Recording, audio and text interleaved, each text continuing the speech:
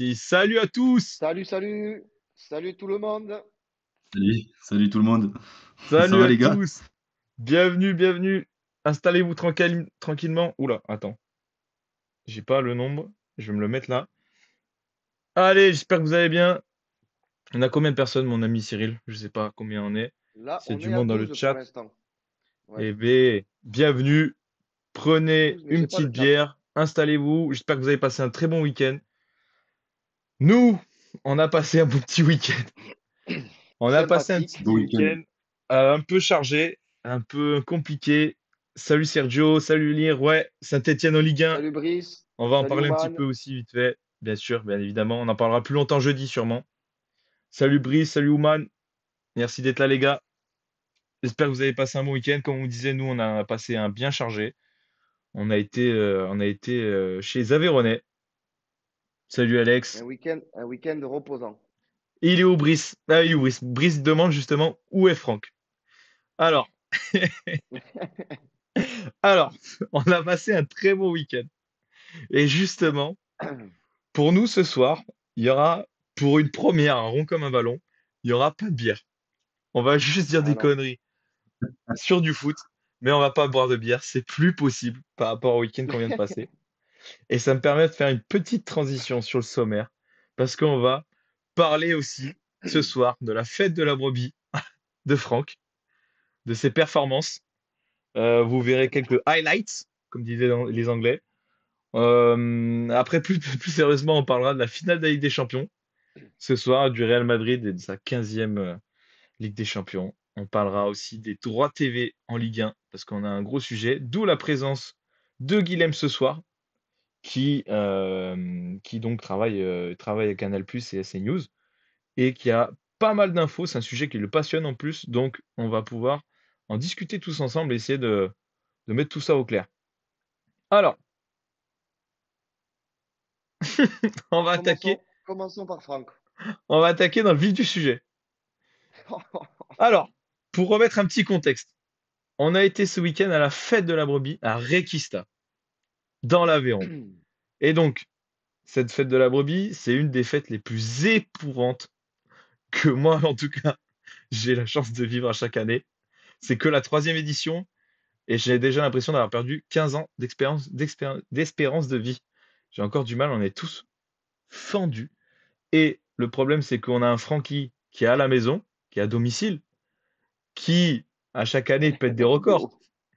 Et donc, voici quelques photos de sa tête aujourd'hui. Il est là actuellement en train de démonter et démarrer ses chiottes. Il est foutu à l'os. Et comme vous pouvez le voir, voilà, il a pas chômé, hein. On est passé par le plongeon à la tête de la première dans un bassin de même pas 1 mètre. Et, et du fumigène dans le bar. Voilà, là on est en plein milieu. Le fumigène, c'est en plein milieu du PMU, hein. Donc pour l'histoire, il en a cramé un pendant le match de Saint-Étienne. Il s'est fait sortir, il a dit oh promis j'arrête. Il en avait un deuxième dans la poche et il a fait cramer le deuxième à la fin du match au but de Saint-Étienne. Tiens, il est là, Franck, d'ailleurs. Salut, mec. Et Il oui, il est est, il mort est là pour la dans le France. chat. Il est là, il est présent, il est quand même avec nous. Alors ouais, il faut savoir il a pas mal picolé, comme nous tous, mais je trouve qu'il a été grandissime ce week-end. Il a respecté cette fête comme il a l'habitude de le faire. Mais malheureusement, ce soir, on va dire qu'on lui a accordé un RTT. Un RTT, parce que là, c'était pas possible. Est-ce que tu as un petit mot à dire sur mon Francky, Cyril? Égal à lui-même, il a été exceptionnel du vendredi soir à ce matin. Aucune fausse note. Je comprends qu'il soit fatigué parce que vu l'état dans lequel il était hier, c'était compliqué d'être en forme aujourd'hui. Ouais. Sacré week-end de l'Artigue.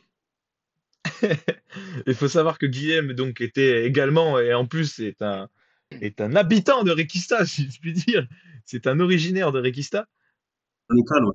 un local.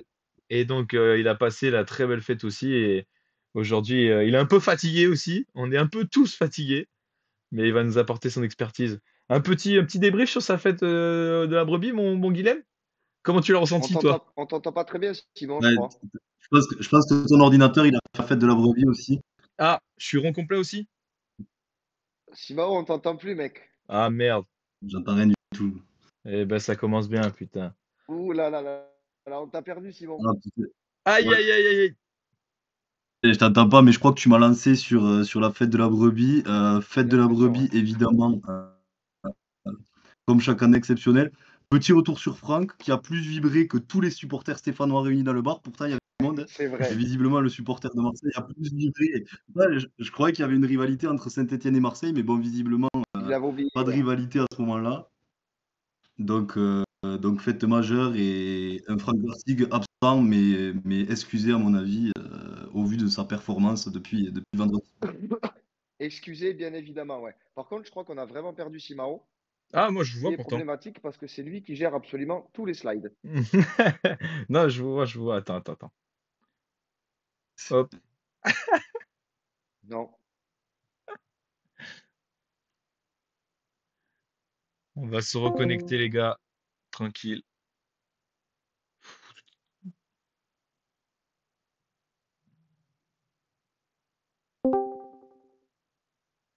J'ai Ouais, en l'ordinateur fait, qui il est en entendait train de bien, mais se... le mec est parti. Mais en fait, je pense que son ordinateur a plus picolé que Franck hier.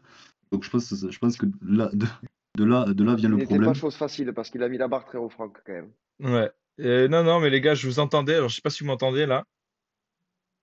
Non, on m'a pas l'air de Là, on m'entendre. t'entend, ouais. Ouais, là, Ah, on si, t'entend. parfait. Mais Non, ouais, apparemment, ouais. dans le chat, ils t'entendent très bien.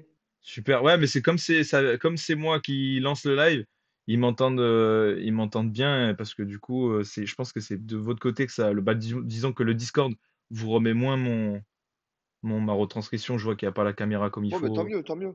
Ouais, ouais, mais en tout cas, en plus, le plus important, c'est qu'on vous entendez bien aussi. Donc là, on nous entend tous les trois. Mais mon ordi, il est en train de serrer au complet, ouais. Il surchauffe là. Je sais pas si c'est les vidéos de Franck qui l'excitent, mais Ouais, par contre, ça va être compliqué parce que nous, on n'entend vraiment que dalle, mec. oh putain, magnifique. C'est magnifique si vous m'entendez pas. Ouais, Tu au l'entends pire, du coup? moi, j'entends rien, hein. Moi, j'entends pas Simon. J'ai Bah juste c'est bien. entendu. Mais en vrai, si tu peux, vire les images de Franck.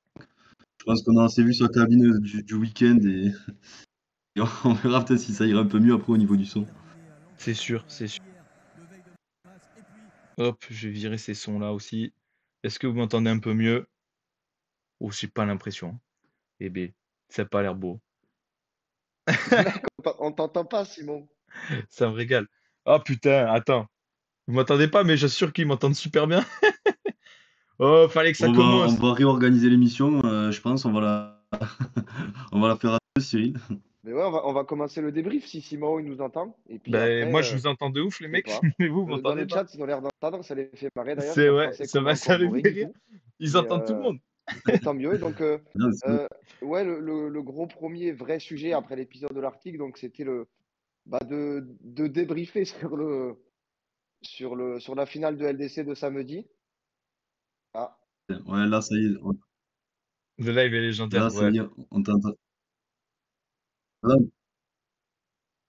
Ah, mais vous m'entendez on en... t'entend un peu mieux, mais ça saccade un peu si tu veux. Ah, ok.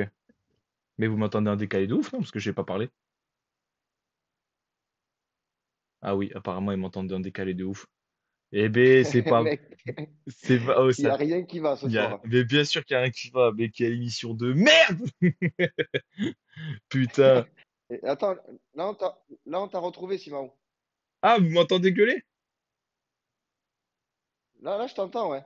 Eh ben, parfait. C'est saccadé à la mort, mais ça va Par reprendre contre, on petit à te petit. voit plus, mais à la limite, C'est pas grave, c'est ça, pas je grave. suis vilain comme On tout, te de toute voit plus, façon. mais ça, c'est pas grave. Ça, oui, c'est pas grave. Ben, prends le relais, ouais, sur la finale de la Ligue des Champions. De toute façon, je pense qu'on l'a tous vu. Ouais, Nous, on l'a moins vu sobre. Mais en tout cas, moi, j'ai pu la revoir tranquillement aujourd'hui. On va pas. moi, je t'avoue qu'il m'a fallu le résumer pour me remettre un peu dedans tout à l'heure parce que j'avais pas tous les souvenirs de samedi soir. Mais ouais, donc forcément, le match, on l'a tous regardé, l'un des plus grands matchs de la saison. Real était grandissime favori. Je sais pas ce que vous en avez pensé, mais Dortmund s'est très, très, très bien défendu. Ils ont fait un gros match, Dortmund. Ils ont eu des grosses occasions. Je pense notamment au poteau en première mi-temps. Et après, en fait, le Real a fait du Real. C'est-à-dire que c'est eux qui ont marqué le premier but sur corner. Et puis après, c'était beaucoup plus facile pour eux. On a senti que avec toute l'expérience qu'ils avaient dans cette équipe-là, ils en ont tous gagné 5 ou 6. Bah voilà, c'est ça qui a pris le dessus en fait. Mais gros chapeau à Dortmund que j'avais pas trouvé flamboyant contre l'Atlético ou contre Paris. Et bien pour le coup, ils ont montré samedi qu'ils n'avaient pas non plus rien à faire là. Ils ont fait un sacré match. Ils auraient mérité au moins marquer pour que disons, le scénario soit différent. Mais voilà, pour revenir sur ce match, le Real a fait du Real. Et, et voilà, à la fin, c'est toujours Madrid qui gagne, quoi. Ouais, moi, si tu veux, Cyril, je serais presque plus nuancé que toi par rapport à ce qu'a proposé Dortmund. Alors, ça a été intéressant ce qu'ils ont fait. Ils ont réussi à avoir des occasions, mais on a toujours l'impression que le Real sait ce qu'il fait et qu'il se laisse, il laisse le jeu et il aime subir. Et quand l'adversaire a vraiment un espoir, tu as l'impression que c'est là qu'il va être tranchant. Et là où moi je suis un peu plus en désaccord, c'est que quand tu arrives dans les derniers mètres, tu dois être tranchant, tu sens que c'est poussif. Finalement, ils arrivent quand même à avoir des occasions, ils arrivent à avoir un poteau, mais c'est beaucoup plus poussif. Alors que dès que le Real Madrid récupère un ballon dans le cas adverse, c'est clinique. Et dès qu'ils le font une, deux, trois fois, ça, on finit par marquer. Et c'est là qu'on voit que tu es quand même sur deux équipes qui ont une classe d'écart largement. Et en finale de Ligue des Champions, Ah oui, mais ça, c'est certain. on sent, Ça, c'est- on sent quand même cet écart-là en finale de Ligue des Champions. Et on dit chapeau à Dortmund parce que Dortmund est une équipe qu'on n'attendait absolument pas là. Ils sont cinquième de Bundesliga. Mais en réalité, le Real est bien meilleur. Ils ont gagné. On savait que tout le monde savait pertinemment qu'ils allaient gagner ce match-là. Je pense que personne n'en doutait. Il suffit de suivre la saison et de suivre le Real Madrid pour savoir que c'était ce qui allait se passer. Et Dortmund, finalement, est presque impuissant par rapport à cette équipe-là. Dans le match, si on prend l'ensemble du match, c'est un peu ça. Donc c'est pour ça que moi j'ai du mal à donner des points positifs. Enfin, si, c'est positif parce qu'ils ont Quand montré du même. jeu. Et j'ai du mal à dire chapeau à Dortmund qui était quand même en dessous et au final, la logique a été respectée. Pour moi, il n'y a pas eu de surprise parce que le Real Madrid aussi a laissé le ballon, a laissé de temps en temps le jeu. Donc, ok, on peut dire bravo à Dortmund, mais pour moi, il y a rien eu d'exceptionnel de leur part. Et finalement, le Real a fait ce qu'il devait faire. Non, Ouais, mais de toute façon, totalement. qu'il y a une classe d'écart entre les deux équipes, on le savait avant le match. Si le match il était rejoué 100 fois, le score, ça serait quasiment toujours celui-là. Mais il n'empêche que, euh, moi j'y reviens, j'ai vraiment trouvé que Dortmund avait fait quelque chose avec le ballon. Le Real, ils ont quand même eu peur, je pense. Et plus, je trouve qu'ils ont eu plus peur que ce que moi j'attendais. Alors effectivement, devant le but, c'est pas des tueurs, c'est pas le Real, c'est pas une occasion à but ou presque. Mais ils ont vraiment eu leur chance et encore une fois, même si le Real accepte de subir, c'est la seule équipe d'ailleurs qui le fait aussi bien en Europe et depuis des années, ils ont eu de la réussite, le poteau le témoigne. Donc, ouais, je suis plus nuancé que toi sur Dortmund. Moi, ils m'ont agréablement surpris. Et déjà, quand j'ai vu le match, je me suis dit ça. Et puis quand j'ai revu le résumé, ça m'a convaincu de ça. Il méritait mieux sur au moins la première mi-temps. Après, effectivement, le fait qu'il y ait une classe d'écart entre les clubs, ça a fait la différence en Bah, ils n'ont deuxième pas mi-temps. été tueurs. Ils n'ont pas été tueurs, Dortmund. C'est ça qui est dommage. Là, en fait, ils auraient dû rentrer déjà à la mi-temps avec un but qui récompensait En menant au score, ouais. ouais, qui récompensait leur travail, quoi, et leur contre-attaque qui était plutôt bien jouée. Sauf que bah, ça a pêché dans la finition et ils n'ont pas été tueurs. Et à ce moment-là où où le Real Madrid était moins bien en première mi-temps, ils ont su ne pas perdre. Et c'est là où tu as toute l'expérience, que ce soit du coach et même des joueurs et du club en soi, donc tout ce que représente le Real Madrid. C'est ce qui est impressionnant, c'est qu'ils ont su ne pas perdre alors qu'ils n'étaient pas au top. Et ils ont su monter en puissance sur la deuxième mi-temps, notamment, tu vois, des Camavinga, des Vinicius, etc. Ils sont totalement montés en puissance en deuxième mi-temps alors qu'ils étaient plutôt en difficulté. Et derrière, après, eux, ils ont su tuer. Et comme tout ce qui est dans les gros matchs de football, ça s'est décanté sur des détails et des coups de pied arrêtés, encore une fois. Beaucoup de, beaucoup de buts de la tête à reprendre si tu regardes sur ces derniers, ou ces buts de la tête ou ces buts sur coups de pied arrêtés sur cette dernière finale de Ligue des Champions, ne serait-ce aussi en Ligue des Champions tout court, sur ces matchs à élimination directe. Ça se joue sur ces détails. Et le coup de pied arrêté a encore déclenché ça, parce qu'ils ont été en difficulté sur ces corners au premier poteau. Carvajal en avait déjà chopé un en première mi-temps ou en deuxième, je sais plus. Et après, le deuxième coup, ça a été bon, ça a été dedans. Donc, et Nacho a même failli doubler à un moment donné à la fin, encore sur un Mhm. corner au premier poteau. Donc ça se joue sur des détails et le Real a su encore bah, s'en servir et être tueur, hein, parce que même à la fin, tu as Dortmund qui prend un peu, bah, qui va dire qu'il va prendre un peu plus de risques pour aller chercher cette égalisation. Et bah derrière, une erreur de passe et c'est payé cash et Ouais, but. Madsen, ouais, c'est Madsen qui déconne Ouais. à la fin, ouais. Dommage, il fait une C'est bonne, payé direct, de toute il fait façon. une belle Ligue des Champions, lui, mais c'est dommage, ils n'ont pas été tueurs, ils n'ont pas su faire quelque chose. Le Real Madrid, avec presque rien, tu leur donnes et c'est fini, ils tuent tout, quoi. Faut voir, je regardais un petit peu ce que C'est disait le l'expérience qui a chat. parlé, en fait. Exactement. L'expérience qui a parlé. Brice qui dit Pour- 60 minutes, Dortmund domine, mais marque pas. Madrid ouvre le score et c'est fini. Ouais, c'est un peu du coup exactement. Deuxième mi-temps, je regarde un peu. Et il me Ouais, disait Seb il que y a Seb qui Kamavinga, dit ouais. pardon, il disait Camavinga, vrai ratisseur, il a tenu la route tout le match. Et il a comparé aussi le Real en LDC, c'est Messi au Ballon d'Or, quoi qu'il arrive, ça gagne toujours. Et ça, c'est ce qu'on disait. À la fin, c'est Real qui gagne, même quand c'est pas forcément mérité. Dédicace à Messi aussi d'ailleurs. Bah, ça finit toujours du même côté. C'est toujours la même chose. Mais on est habitué. Mais On est habitué. est-ce que c'est pas la différence entre une bonne équipe et une équipe qui propose un jeu agréable et une grande équipe? Est-ce que pour être une grande équipe, il faut forcément proposer un jeu agréable? Moi, j'ai quand même l'impression que ces dernières années, le Real Madrid, c'est la meilleure équipe du monde. Et alors que c'est pas forcément eux qui ont proposé le plus beau jeu. Je crois que le plus beau jeu qu'on ait vu en Europe, honnêtement, c'est peut-être le Bayern en 2020 quand ils gagnent la Ligue des Champions. Et sinon, sur les 5-6 dernières années, c'est Manchester City. Ce sont eux qui proposent le plus beau jeu. Et pourtant, c'est le Real qui gagne le plus. Et pour moi, c'est typiquement la différence entre une bonne équipe et une grande équipe. Et on a un milieu de terrain costaud que Dortmund n'a pas avec Kamavinga qui fait un gros match. Pour moi, Kroos, à 34 ans, il fait peut-être sa plus belle saison. Il a encore été hyper solide. Et dans les transitions offensives, il a toujours trouvé la passe juste. Il a été le bon métronome. Et on a des joueurs comme ça qui sont pas forcément des joueurs hyper beaux à voir jouer tout le temps. Qui, sur un certain schéma de jeu, quand le Real subit, ne sont pas forcément mis en valeur pour le spectateur qui aime forcément le beau jeu.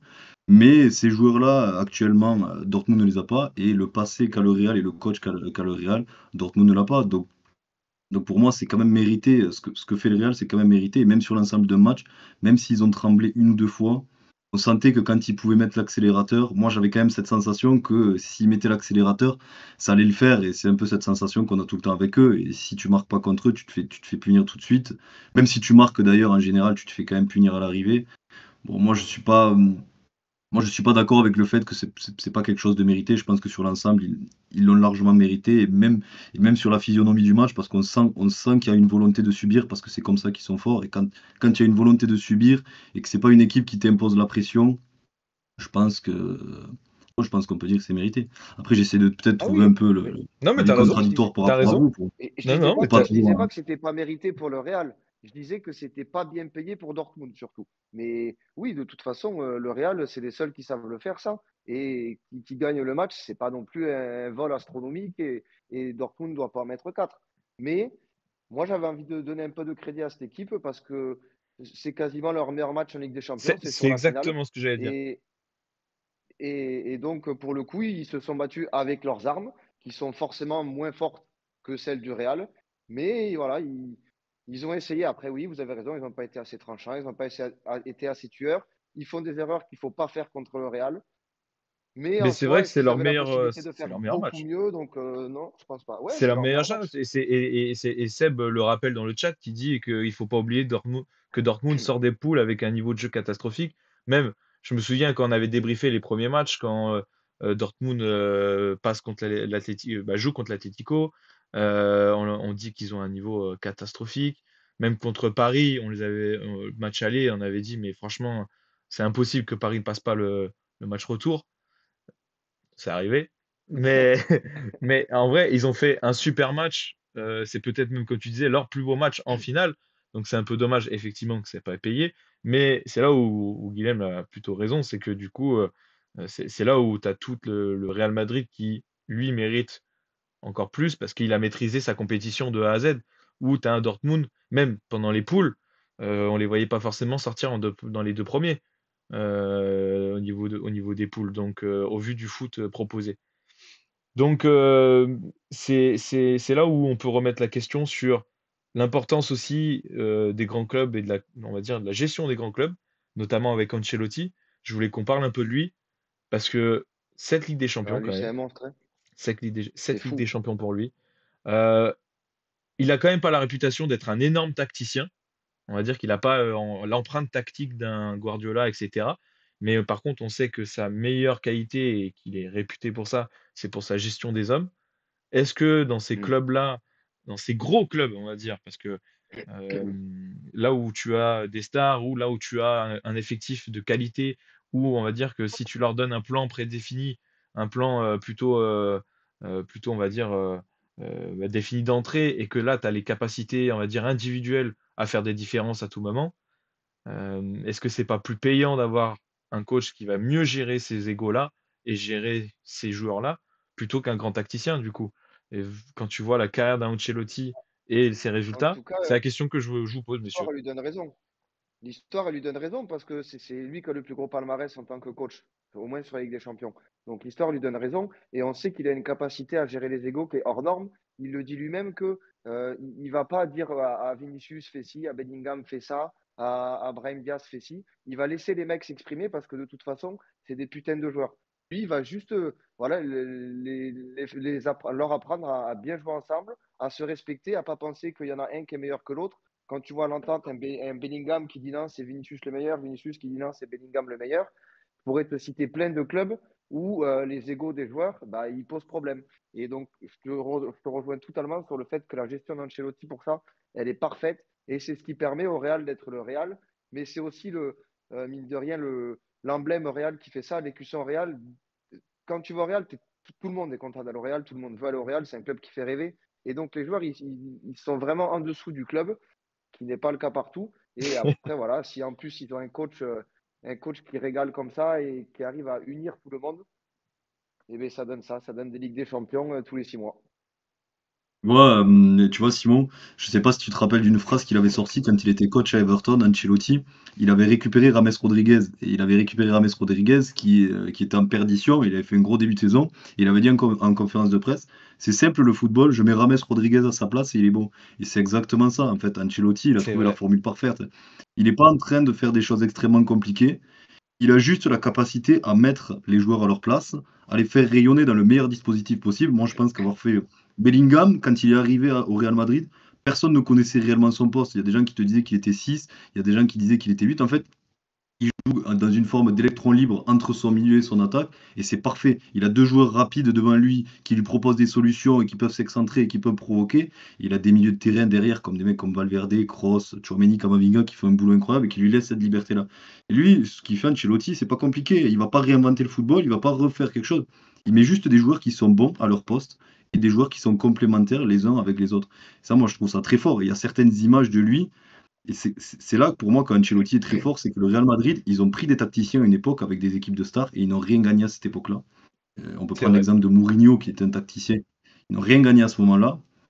Et, euh, et quand ils ont récupéré des entraîneurs beaucoup plus simples, donc ils ont récupéré Ancelotti en 2014, ils ont gagné la Ligue des Champions, puis Zidane, parce que pour moi, Zidane, c'est le même profil. C'est un profil très proche des joueurs et qui met les joueurs à leur place, et qui sait mettre les joueurs à leur place, et qui sait faire ce qu'il faut de ces joueurs sans réinventer le football. Et c'est comme ça qu'ils gagnent. Et plus largement dans le football, je pense que, comme tu disais, c'est ce qu'il faut à des grands clubs.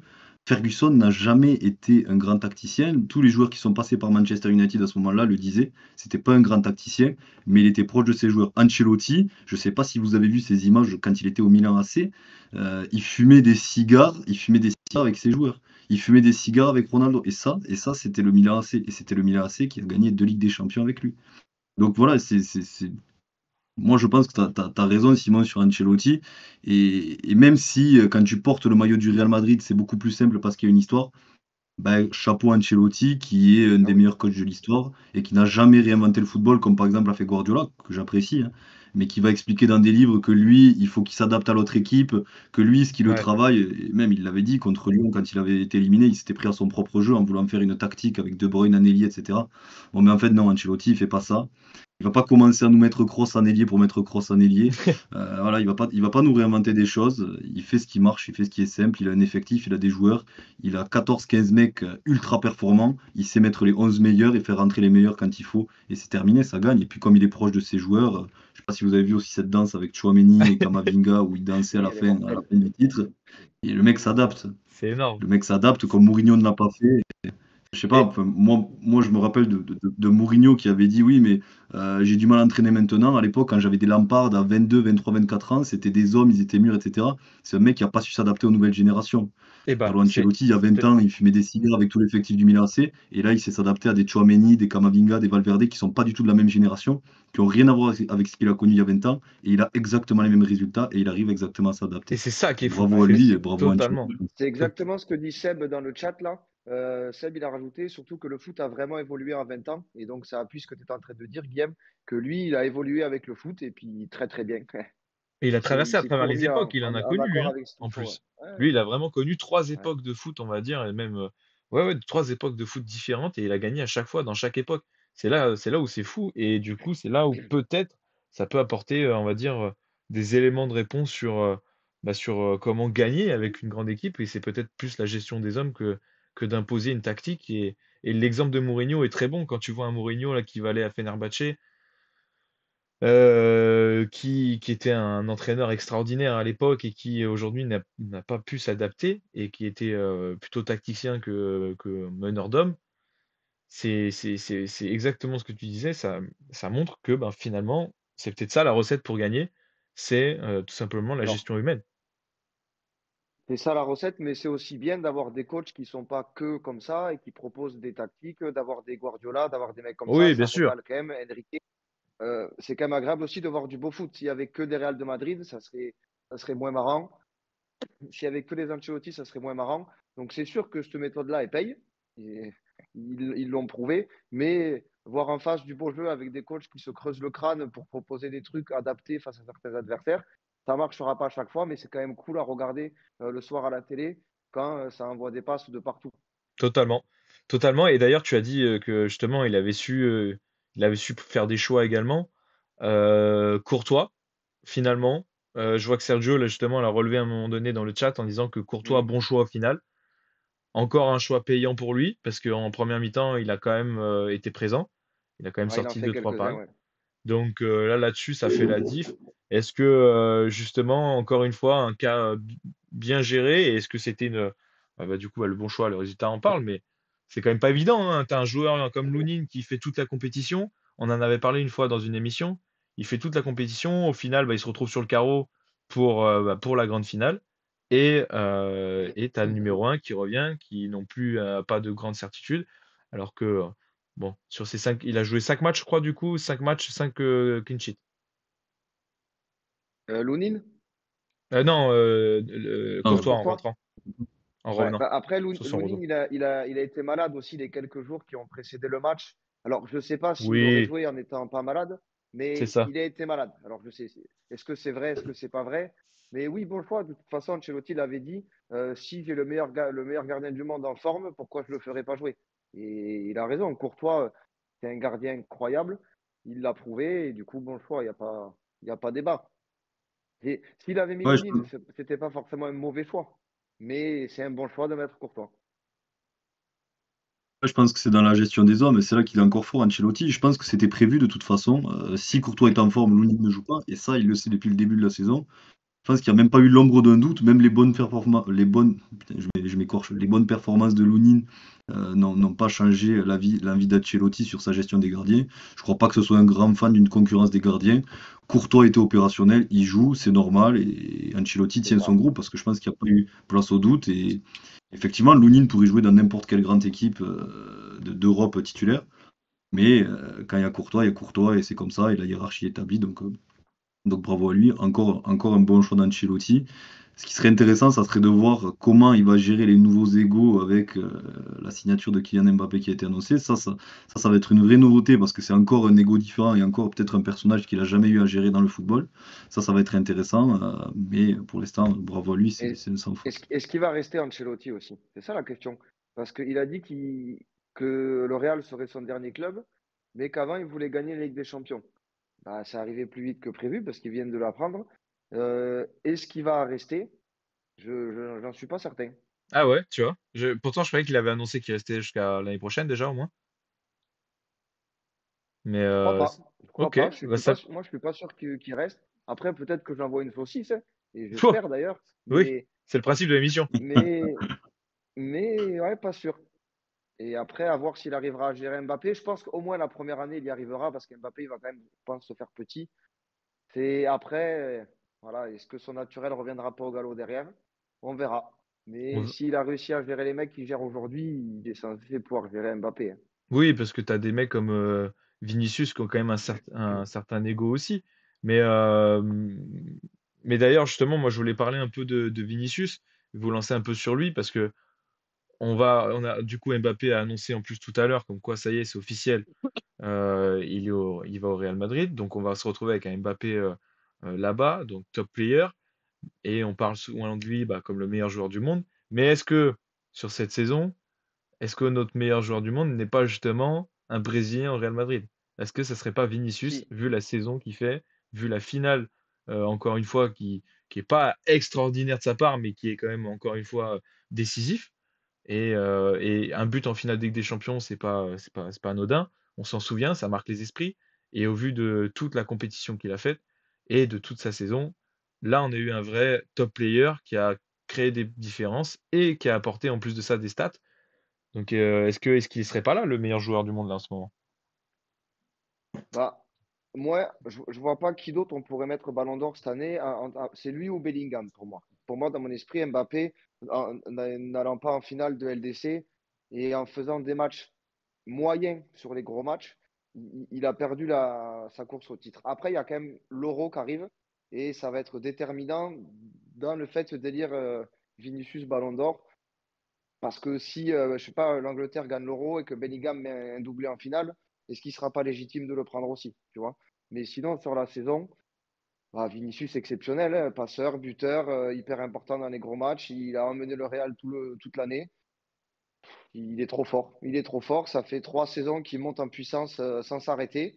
Et il n'a jamais été aussi près que cette année du Ballon d'Or pour moi. Ouais, moi je suis assez d'accord. Vinicius, pour moi, c'est probablement le meilleur joueur du monde sur la saison. Il apporte un truc parce que c'est vraiment un joueur qu'on peut comparer à Mbappé. C'est vraiment un profil assez similaire. C'est un poste assez similaire. Tu peux le faire jouer ailier gauche. Tu peux le mettre à deux devant, dans un profil très provocateur et finisseur. C'est le même profil et pourtant on a quand même l'impression d'avoir affaire à un joueur beaucoup plus mûr dans son jeu, beaucoup plus tranchant. Je ne sais pas si vous vous souvenez de Vinicius il y a 3 4 ans. Vinicius, il y a 3 4 ans, c'était horrible. Il y avait à chaque fois, c'était quand il rentrait dans la surface de réparation. Alors, il y arrivait tout le temps, hein. Mais la dernière passe, le dernier geste était horrible. Là, on a affaire à un Vinicius qui est tueur. C'est exceptionnel. Il est C'est ouf. capable de tout faire. Il amène son équipe et il la fait vraiment gagner. Et moi, je trouve que même si Vinicius, c'est un caractère, même si il a une mentalité de tocard sur un terrain et que tu sais très bien que si tu as joué au football, mais comme ça, tu as envie de le tacler dans les genoux par moment, eh bien, il a Oh un oui. truc que les autres n'ont pas, c'est qu'il va se jeter. Il va se jeter à moitié à poil dans le public et il va les célébrer avec eux, des choses que Mbappé ne fait pas parce qu'il a peut-être pas cette envie-là, il a peut-être pas cet esprit club, il a peut-être pas cette communion avec les gens. Et il y a quand même quelque chose qui paraît un peu plus humain chez Vinicius qui, au-delà du sportif, le rend meilleur et le rend meilleur aussi pour un collectif. Et est-ce que, moi vraiment, je me demande et je m'interroge sur le choix sportif du Real Madrid. Est-ce que c'est possible aujourd'hui de faire jouer Vinicius et Mbappé ensemble? Est-ce que c'est possible de voir Vinicius rayonner aussi bien à côté de Mbappé? Et finalement, qu'est-ce que Mbappé va apporter à cette équipe-là quand elle a déjà un effectif qui gagne la Ligue des Champions et quand elle a déjà sa star devant qui est au top du top mondial? Voilà, c'est l'interrogation. C'est On vrai, aura la réponse l'année totalement. prochaine, hein. On peut pas donner une réponse, on peut avoir un avis, mais pour moi, c'est la question. Là, c'est une très bonne question. Ça, on va justement, je pense ça va être un gros sujet justement de discussion. Et c'est vrai que là, ce Vinicius-là, à ce niveau-là, il est assez impressionnant. Là, il le rappelle dans le chat. Et comme tu l'as dit en tout début, c'est vrai qu'avant, il y a 3 4 ans, c'était catastrophique au niveau de la finition. Et je peux même t'assurer que je me souviendrai même de son déclic, qui était un match contre Liverpool en Ligue des Champions. Avant ce match-là, on est sur un Liverpool c'était en 2020, si je dis pas de conneries, qui sortait de sa grosse saison en 2019. On joue contre le Real Madrid et, et le problème, c'est que on était plutôt confiant. Liverpool a vraiment attaqué ce match en étant plutôt confiant sur de ses forces. Et on va dire, c'était un Benzema qui n'était pas en forme. Je me demande s'il n'était pas blessé d'ailleurs à ce moment-là. Et tu avais Vinicius qui était le gars que tout le monde poudrait à l'époque parce qu'il les foutait tout en tribune, etc. Qu'il avait aucune finition, aucune stat et que, ok, il driblait tout le monde, il provoquait super bien, il pouvait créer des grosses actions, mais qu'il les gâchait toutes. Et bah, ce match-là, il y a un Il était énorme. très jeune aussi. Et il était très jeune. Il y avait un énorme sujet sur lui, sur RMC Sport à l'époque, avant le match, justement pour aller dans le sens où bah, malheureusement il dribble bien, il provoque beaucoup, mais qui gâche énormément d'occasions. Et bah, le match d'après, il met doublé. Il met doublé et il a deux occasions. Deux occasions, il est clinique. Et c'était fou. Et j'avais même vu ce match-là avec Franck. J'étais chez lui et je me disais, mais c'est pas possible. C'est une pompe à vélo. Il les fout tout à côté. Et là, contre nous, et ben là, il va être tueur. Et c'est vrai que ça a été ce match-là qui avait des clics parce que après, il marquait tout le temps. Il marquait tout le temps. Il commençait à stater. Et là, je me disais, bah, ça y est, putain, là, c'est nous qui l'avons lancé. C'est nous qui l'avons relancé. Et c'est vrai que du coup, ben, j'avais un petit œil, on va dire, plus attentif sur lui, tellement il m'avait foutu les boules. Et il marquait tout le temps. Je me dis, ça y est, il est lancé. Et là, c'est vrai que bah, il a pris en maturité, comme tu dis, dans son jeu. En plus, Ouais, il joue encore plus juste.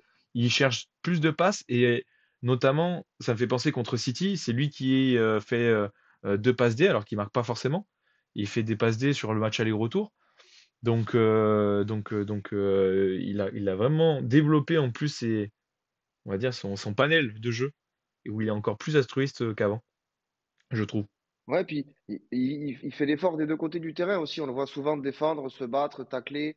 Euh, bon, avec des fois un petit peu trop de grinta ou de vice, mais il le fait. Et Et c'est ouais. important pour ces clubs-là que tout le monde soit dans le même sens.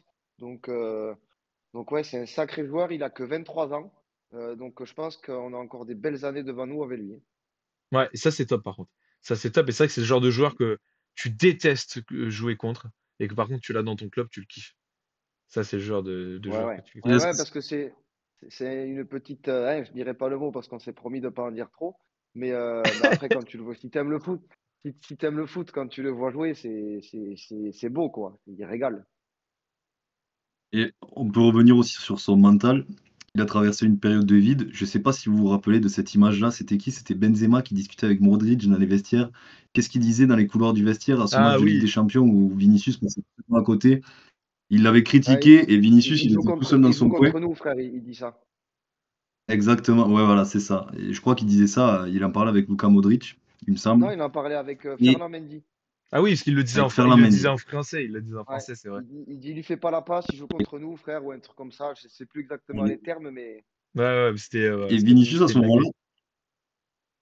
tu le vois tout seul, Vinicius, tu le vois s'isoler. Et c'est un joueur, je pense, qu'il a beaucoup épongé parce qu'il a été très critiqué, parce on en attendait énormément de lui tout de suite. Il n'a pas été très performant tout de suite, ce qui est normal pour un jeune joueur, surtout quand tu arrives au Real Madrid. Je- Et, euh, je pense que ça force à lui, et c'est pour ça qu'il va rester très longtemps à ce niveau-là, et c'est pour ça qu'il est à ce niveau-là. C'est qu'il a su éponger, il a su rebondir, et il n'a pas trop parlé, et c'est pas trop quelqu'un qui s'est plaint. Moi, j'ai pas souvenir d'avoir vu, alors peut-être que moi aussi, je suis en train de balancer une saucisse, il a peut-être eu quelques sorties, j'en sais rien. T'inquiète, c'est Mais pour pas, moi, c'est ouais, pas c'est un mais quelqu'un secret. qui a ça rien me dit, parle pas qui non a pas plus. cherché d'excuses, qui a pas cherché d'excuses et qui, au bout d'un moment, a répondu présent sur le terrain. Et tu l'as dit, il a peut-être eu besoin d'un déclic, mais le foot, c'est aussi du mental. Mais une fois qu'il l'a eu, il a su durer et il a su être régulier. Et c'est ça la force des grands joueurs, c'est de pouvoir être régulier. Il y a des très bons joueurs qui sont capables de sortir de très grosses performances. Si tu le fais chaque week-end, là, tu deviens un très grand joueur. Et c'est ce qu'est C'est ce qu'il Vinicius. fait, ouais. Ouais, Je suis totalement. tout à fait d'accord là-dessus. Ouais, ouais, ouais, bah justement, c'est une belle manière de clôturer ce sujet.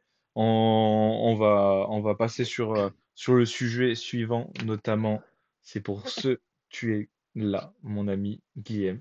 On va parler des Mais la droits pression, là. On compte sur toi, mec. Bah ouais. Bah alors, on va parler. Alors, je vais remettre un peu le chat mieux, ou quoi que c'est pas mal comme ça.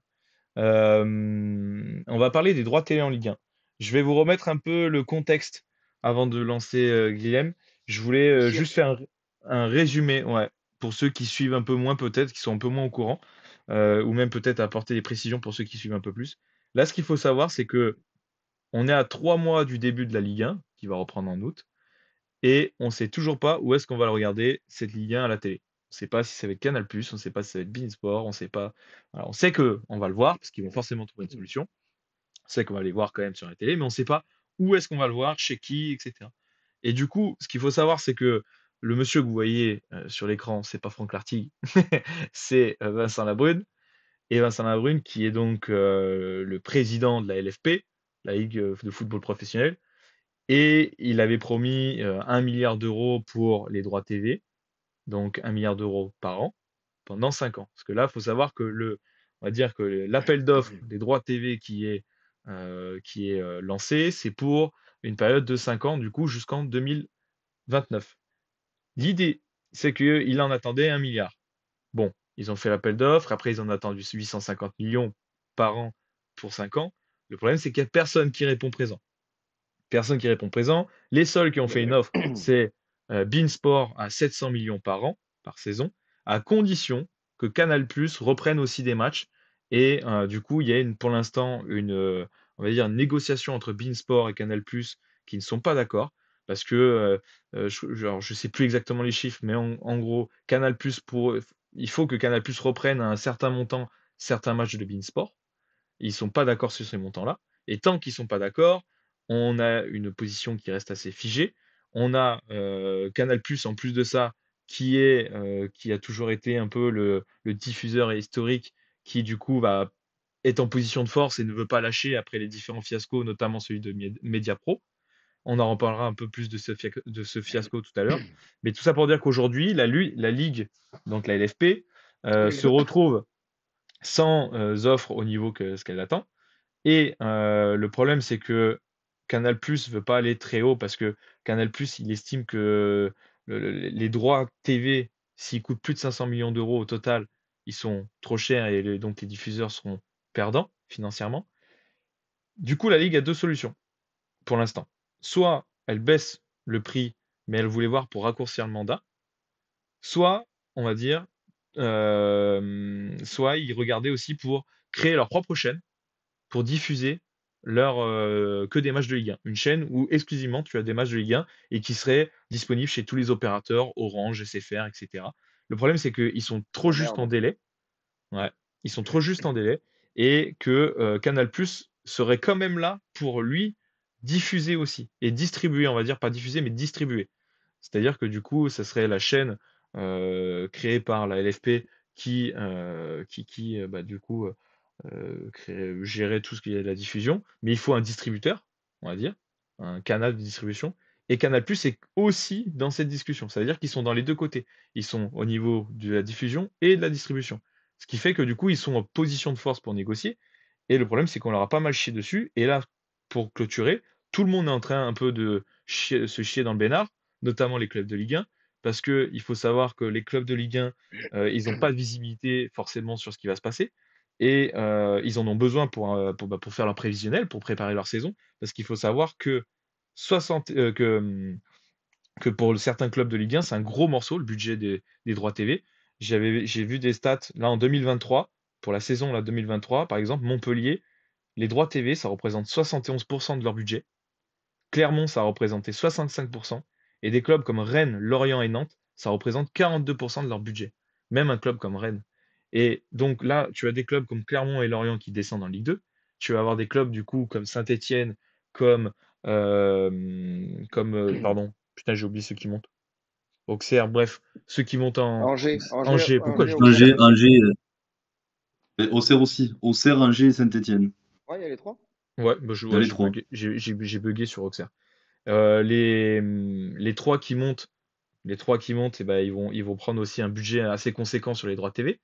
Et donc, là, on est sur un gros bordel. Tout le monde commence un peu se chier dessus. Et il y a même eu donc le président de la DNCG qui a envoyé une lettre à tous les clubs de Ligue 1 pour leur dire soyez prudents, ne basez pas, soyez prudents sur vos prévisionnels parce que ça risque d'être comme cette année, peut-être éventuellement moins. Mais en tout cas, ça sera pas plus et du coup, cette lettre-là c'est encore on va dire un facteur et un élément supplémentaire pour dire que ça pue un peu la merde. Alors, maintenant, la question est déjà, est-ce que j'ai plutôt bien résumé la chose? Est-ce qu'il manque des éléments là-dedans, Guilhem, pour être peut-être plus précis? Ou alors on va peut-être, s'il y en manque pas forcément d'éléments, c'est de commencer de comment on en est arrivé là, éventuellement. Ouais, alors là, t'as beaucoup parlé et t'as dit énormément de choses. Et c'est. Alors, il y a un petit truc sur lequel je reviendrai parce que je suis pas sûr que c'est complètement exact par rapport à Canal+. Mais sinon, ouais, t'as plutôt bien résumé la situation et t'as plutôt bien résumé l'enjeu. Aujourd'hui, on ne sait pas où est-ce qu'on va regarder la Ligue 1. C'est certain qu'elle sera regardée quelque part parce que de toute façon, c'est impossible de se priver de la Ligue 1, mais on ne sait pas à quel prix. Et ces prix-là vont avoir un impact direct sur le championnat puisqu'il fait partie du budget des clubs de Ligue 1. Alors, comment on en est arrivé là? Parce qu'on est vraiment dans une situation ultra critique et vraiment ça a été très très mal géré par La Brune et bien avant lui. Il y a beaucoup de gens qui le savent pas, mais en fait, c'est l'accumulation des distributeurs et des diffuseurs d'un sport qui font augmenter les prix. Donc on a eu Canal+ qui a commencé à mettre les matchs le dimanche. Et puis après, quand il y a eu des chaînes comme TPS Star, comme Eurosport qui ont fait monter les prix, les packs Ligue 1, Ligue 2. Et puis on s'est retrouvé dans une première situation critique en 2008 où tout le monde ne voulait pas racheter le pack complet de Ligue 1. On avait toujours Canal+, mais qui diffusait le match le dimanche soir et qui avait l'exclusivité avec des émissions comme Soir de Ligue 1, etc. Alors je ne sais pas si c'était encore Soir de Ligue 1 ou J+1 ou s'il y avait le CFC qui avait l'exclusivité parce que dans les packs, il y a la diffusion des matchs, mais il y a aussi l'exclusivité pour montrer tel ou tel but, montrer tel ou tel résumé, avoir les droits totaux, enfin avoir totalement le droit de montrer le résumé de chaque match, comme le faisait Téléfoot à l'époque. Maintenant, Téléfoot a perdu le pack. TF1 était revenu dans la danse pour récupérer un pack Ligue 1 où ils pouvaient refaire de Téléfoot ce qu'était le Téléfoot avant, c'est-à-dire avec beaucoup d'images de Ligue 1. Finalement, ça s'est pas fait parce que eux, ils étaient aussi dans la négo. TF1, on n'en parle plus, mais ils l'ont été il y a quelques temps. Et donc toutes ces choses-là, toutes ces choses-là font que les prix ont augmenté. Beansport est arrivé après sur le marché, c'était en 2011 ou 2012. Ils ont fait augmenter les prix. Et à ce moment-là, on avait une Ligue 1 qui progressait. On avait des stars. Donc on a commencé à avoir Pastore, on a eu Zlatan Ibrahimovic. Enfin, forcément, avec le Qatar, le PSG a attiré des stars. Puis Monaco en a attiré aussi. On a eu Falcao, etc. Aujourd'hui, on a une Ligue 1 qui est extrêmement chère, qui a été vendue à des diffuseurs parce que les diffuseurs ont continué à venir sur le marché, comme Mediapro en 2020, qui a réussi à avoir des droits pour plus de 850 millions par an, ce qui était colossal avec une Ligue 1 qui s'est vendue à plus d'1 milliard si on compte ce qui s'est vendu à l'étranger, qui a fait faillite au bout de 6 mois. Et tout ça a tiré les prix vers le haut. Donc ça a tiré les exigences des clubs budgétaires vers le haut. Et aujourd'hui, on se retrouve avec une Ligue 1 qui est extrêmement dure à vendre et qui en plus est de moins en moins attrayante parce que là, la vraie dernière star de notre championnat vient de signer au Real Madrid aujourd'hui. Et on a une Ligue 1 qui n'a peut-être jamais été aussi faible depuis ces 15 dernières années. Je vois, Cyril, que tu es un peu plus nuancé sur les stars, mais aujourd'hui, si tu me dis combien il y a de stars en Ligue 1, ben pour moi, il y en a zéro. Il n'y a plus vraiment de réel stars. Il y a des excellents joueurs, mais il n'y a plus vraiment de réel stars à l'époque où tu avais des Pastore, des Zlatan Ibrahimovic, des Cavani, même un Verratti, un Falcao, un Mbappé évidemment quand il émerge, un Neymar, un Léo Messi, même si Léo Messi quand il arrive au PSG, c'était pas le Léo Messi d'avant, mais c'était quand même Léo Messi, donc ça te permet d'avoir une visibilité différente. On n'a plus ça. Et on en est arrivé à cette Ligue 1 qui se vendait, qui est devenue hors de prix. Et voilà, il y avait un chiffre que tu avais donné un peu avant l'émission, Simon, que je me permets de répéter. C'est que Canal+ a acheté les droits de Ligue des Champions de toutes les Coupes d'Europe pour 480 millions par an. Donc, c'est-à-dire qu'aujourd'hui, diffuser l'exclusivité de la Coupe d'Europe et de toutes les Coupes d'Europe en France, c'est 480 millions par an. Alors que diffuser la Ligue 1 en France, aujourd'hui, on en demande 700 millions par an. 700 millions par an pour voir des Montpellier Saint-Etienne, même si j'aimerais bien que Saint-Etienne revienne. Voilà, c'est pour voir des joueurs comme ça. Et c'est pour voir ce genre de match. Donc la situation est extrêmement critique. Et puis il y a autre chose, c'est que Canal+ a toujours été un diffuseur privilégié et s'est un peu fait chier dessus, s'est fait marcher dessus quand il y a eu quand il y a eu des nouvelles arrivées, sans assurance de si ça allait marcher, comment ça allait être diffusé. Donc finalement, on a le plus gros diffuseur et aujourd'hui le plus gros média de sport en France et le plus sûr, qui est en froid avec la LFP parce qu'ils estiment qu'ils n'ont pas été respectés à un certain moment aussi. Et quand ils ont rattrapé, parce qu'après Mediapro, Canal+ avait racheté les droits de la Ligue 1 et de la Ligue 2, je ne sais pas si vous vous souvenez, Canal+ avait racheté ça quand il y a eu le fiasco Mediapro. Et puis dès qu'Amazon est venu dans la danse avec une nouvelle chaîne, des nouveautés, finalement Canal+ s'est pas fait respecter. Donc aujourd'hui, finalement, ceux qui auraient les moyens de payer cette Ligue 1 et ceux qui ont le levier, c'est Canal+. Et Canal+ n'a pas vraiment envie de le faire. Et comme tu l'as dit, ils ont toutes les cartes entre les mains. Pourquoi ils ont toutes les cartes entre les mains? Parce qu'aujourd'hui, la situation est tellement critique que le président Macron s'en est mêlé. Il a fait appel à Nasser El Khelaifi, qui est Nasser El Khelaifi, patron du PSG, mais patron de beIN Sport aussi. Je ne sais pas s'il y en a qui le. Tout le monde n'a pas cet élément en tête, mais Nasser El Khelaifi est le patron de beIN Sport. Et à ce moment-là, le but c'était de trouver des fonds pour acheter la Ligue 1. Sauf que beIN Sport n'est plus que distribué par Canal+. Aujourd'hui, on ne peut pas s'abonner à beIN Sport sans Canal+, et Canal+ est le diffuseur de beIN Sport. Donc Canal+, ce partenariat avec beIN Sport, 250 millions par an. Canal+ paye 250 millions par an pour pouvoir diffuser beIN Sport dans ses packs via Canal. Et beIN Sport voudrait racheter la Ligue 1 pour 700 millions par an, mais ils espèrent une participation de Canal+ plus Ouais. importante pour leur diffusion. Sauf que Canal+, ils disent, ben non, nous, on veut pas mettre plus. Et beIN Sport n'a pas forcément les moyens. Donc ça, beIN Sport pourrait racheter les droits de la Ligue 1, mais il voudrait pas une participation au-dessus de 500 millions d'euros. Et aujourd'hui, la Brune en demande 700 millions, et Canal+ ne veut pas payer plus à beIN Sport, c'est-à-dire les 250 millions qu'il leur paye annuellement. Donc on se retrouve dans une situation un peu ambiguë où ça devient extrêmement compliqué pour tout le monde et où la Ligue 1 se vend à perte, mais en même temps où Canal+, parce que beaucoup de gens pensent qu'il y a un froid, mais en fait Canal+ n'a aucun intérêt aussi à ce que la Ligue 1 ne soit pas vendue. Ils ont tout intérêt à ce qu'elle soit vendue au bon prix, parce que eux, en diffusant les Coupes d'Europe, ils vont dépendre aussi, leur diffusion va également dépendre du résultat des clubs français en Coupe d'Europe. Ouais. C'est absolument pas pareil d'avoir des équipes comme le PSG, Lens, Marseille, etc., à un très bas niveau, incapables de sortir de poule, que d'avoir des équipes comme ça qui font vibrer, qui sont capables de sortir des grosses performances, ou éventuellement comme des équipes comme le PSG, Monaco, Lyon, on les a vus ces dernières années, aller loin. C'est absolument pas la même chose pour eux. Donc Canal+ n'a absolument pas envie aussi de racheter ses droits au rabais et de mettre la misère à la Ligue 1 pour qu'au bout d'un moment ils viennent les supplier pour racheter au rabais. Parce que s'ils rachètent au rabais, ça va avoir des conséquences directes sur le niveau du championnat, qui va avoir des conséquences sur le niveau des équipes de Ligue 1 en Ligue des Champions. Et les gens qui regardent la Ligue des Champions en France, ils regardent avant tout pour les équipes de Ligue 1. Alors ils regardent pour les gros matchs, mais c'est quand même les matchs où il y a des équipes de Ligue 1 qui jouent, qui font les plus grosses audiences. Si avant les quarts de finale ou les demi-finales. Donc Mais voilà un peu la situation. je vais te Voilà, je sais pas relancer. si je suis un peu Ouais, parti dans tous les sens. non, non, mais si, si, c'était très clair et c'était très intéressant. Et justement, je vais te relancer sur le fait que Canal a été plutôt pas respecté. Il y a eu un certain manque de respect sur le LFP, sur le foot français par rapport au Canal qui a été quand même toujours présent. Et tout à l'heure, tu m'as parlé de l'exemple du top 14 et aussi de la F1 Ouais, je trouve que je te laisse prendre le relais sur le top 14. Je trouvais que c'était un très bel exemple. Notamment en parallèle avec Amazon qui, une fois qu'ils sont arrivés, bah, tout de suite, la LFP se sont tournés vers Amazon sans savoir complètement ce que ça allait donner, quoi. Donc je te relance sur le sujet, sur ce que tu m'as dit sur le top 14, c'était super intéressant.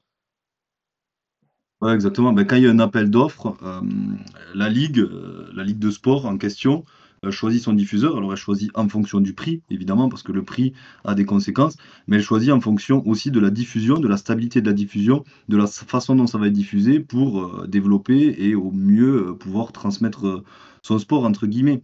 Canal+, c'est le diffuseur historique du top 14 actuellement, et il y a quelques années, beIN Sport avait proposé plus, et le top 14 a continué à vendre à Canal+, par fidélité et par souci de diffusion. Et quand beIN Sport avait proposé une grosse offre, c'est à ce moment-là où Canal+ a dit, mais attendez, nous on va changer. On va mettre une grosse affiche le samedi soir, une grosse affiche le dimanche soir. Le top 14, ça va être le meilleur sport le week-end chez nous. Et on va redéfinir un nouveau format avec le Canal Rugby Club. Et donc notre sport va être mis en avant. Et Canal+ a réussi à garder le top 14 comme ça, en proposant moins que beIN Sport, parce qu'il y avait une meilleure diffusion et qu'il y avait de meilleurs programmes autour de cet univers-là, et parce qu'ils savaient que les gens qui regardaient le top 14 avaient déjà un abonnement à Canal+, et qu'ils n'avaient pas forcément envie de perdre une partie des passionnés de rugby. Donc voilà comment ça s'est joué. Et aujourd'hui, il y a eu un nouveau contrat qui a été signé pour le top 14, où les droits, Canal+ a payé pour les 4 prochaines, non, jusqu'à 2032, ils ont payé 15% de plus. Donc c'est-à-dire que de toute façon, maintenant, avec la progression du top 14, grâce à un bon diffuseur, parce qu'un bon diffuseur permet de développer aussi, permet de développer un sport, grâce à un bon diffuseur, maintenant, sur le long terme, ils reçoivent des meilleures rentes de Canal+, donc des meilleurs droits TV. Et en plus, ils ont su rester fidèles. Donc la stratégie sur le long terme, elle a été payante. Ce que la Ligue 1 n'a absolument pas fait, puisque dès qu'il y a eu une nouvelle chaîne qui s'est positionnée en proposant beaucoup d'argent, on est tout de suite allé, les présidents sont tout de suite allés vers ces chaînes-là sans trop savoir comment ça allait être diffusé. Donc c'est problématique et c'est aussi pour ça qu'on en arrive là en Ligue 1 et on en arrive avec un public qui sait plus trop donner de la tête, avec toute une partie. Alors nous on est jeunes, notre génération, c'est beaucoup plus facile d'avoir un abonnement sur Amazon, de regarder via une application, mais les passionnés de Ligue 1 qui ont 50, 60, 70 ans, c'est pas Ça leur évident casse pour les tout le couilles. monde. Eux, ça leur casse les couilles. Ils avaient l'habitude de Canal+. Après, il y a beIN Sport qui s'est mis avec, mais en même temps, il y a eu un pack avec Canal+. Donc, tu continues à rester sur ta télécommande, à pouvoir mettre Canal+, et zapper sur beIN Sport. Finalement, ça a été assez ludique. quand il y a eu des chaînes comme Mediapro ou comme là Amazon qui sont arrivées, ça a foutu le bazar pour beaucoup. Il y en a beaucoup qui n'ont pas accroché et qui ont arrêté de regarder la Ligue 1. Il faut savoir qu'aujourd'hui, le sport en France n'est plus du tout regardé de la même façon. Et le sport qui actuellement cartonne sur le meilleur diffuseur qui est Canal+, c'est le Top 14 et la Formule 1. Ils font des audiences qui cartonnent absolument. Et aujourd'hui, Canal+, qui a les cartes entre les mains pour la Ligue 1, n'a pas spécialement besoin de diffuser la Ligue 1 C'est ça le pour problème. faire des énormes audiences sur leur chaîne sportive, sur leur chaîne de sport. Parce que le Top 14 cartonne, parce que la Formule 1 cartonne, parce que quand on regarde du foot aujourd'hui, on préfère regarder des matchs de Première Ligue, parce que c'est beaucoup plus bandant de voir un Liverpool de Klopp, un City de Guardiola, un Arsenal de Mikel Arteta, ou même des équipes comme Newcastle émerger avec un jeu tout le temps intensif, même des équipes qui jouent le maintien, ça joue tout le temps. C'est rare de voir un match fermé en Première Ligue, de voir un match avec peu d'intensité. Et la Ligue des Champions, parce qu'il y a les gros matchs. Donc finalement, même si tu es passionné de foot, t'es plus tourné vers la Première Ligue et la Ligue des Champions. Et enfin là, je suis un Et peu parti dans totalement. tous les sens, mais je résume un peu pourquoi on en est arrivé là.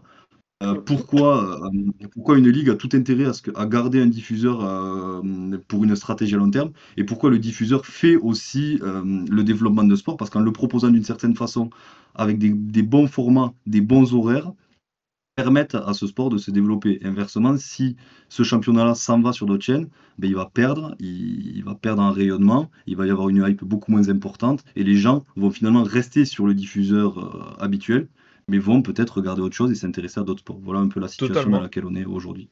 Et je vais appuyer justement, je vais appuyer un peu tes propos sur l'intérêt de Canal+ à prendre les droits de Ligue 1 aussi cher, on va dire le désintérêt de Canal+ à prendre la Ligue 1 aussi cher.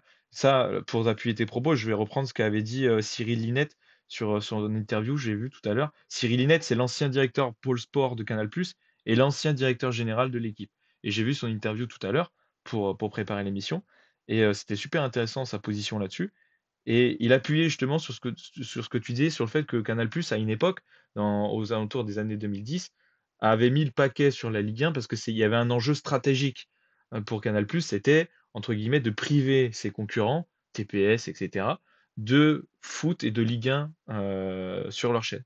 Aujourd'hui, cet enjeu stratégique, il était, on va dire, il gagnait pas d'argent, il perdait un peu d'argent avec ça, mais par contre, il y avait un enjeu stratégique parce que du coup, il prenait le monopole là-dessus. Et comme tu l'as bien expliqué tout à l'heure, aujourd'hui, il n'y a plus cet intérêt. Parce qu'on va dire que le pack, il est divisé maintenant. Ils vont diffuser quelques matchs par-ci, quelques matchs par-là, et ils vont complètement. On va dire que l'enjeu stratégique d'avoir totalement la Ligue 1, aujourd'hui, il est complètement nul parce que le foot et même le sport en général est regardé de manière différente. Et lui, il disait que aujourd'hui, Canal+ a plus aucun intérêt stratégique à avoir la totalité des droits de Ligue 1.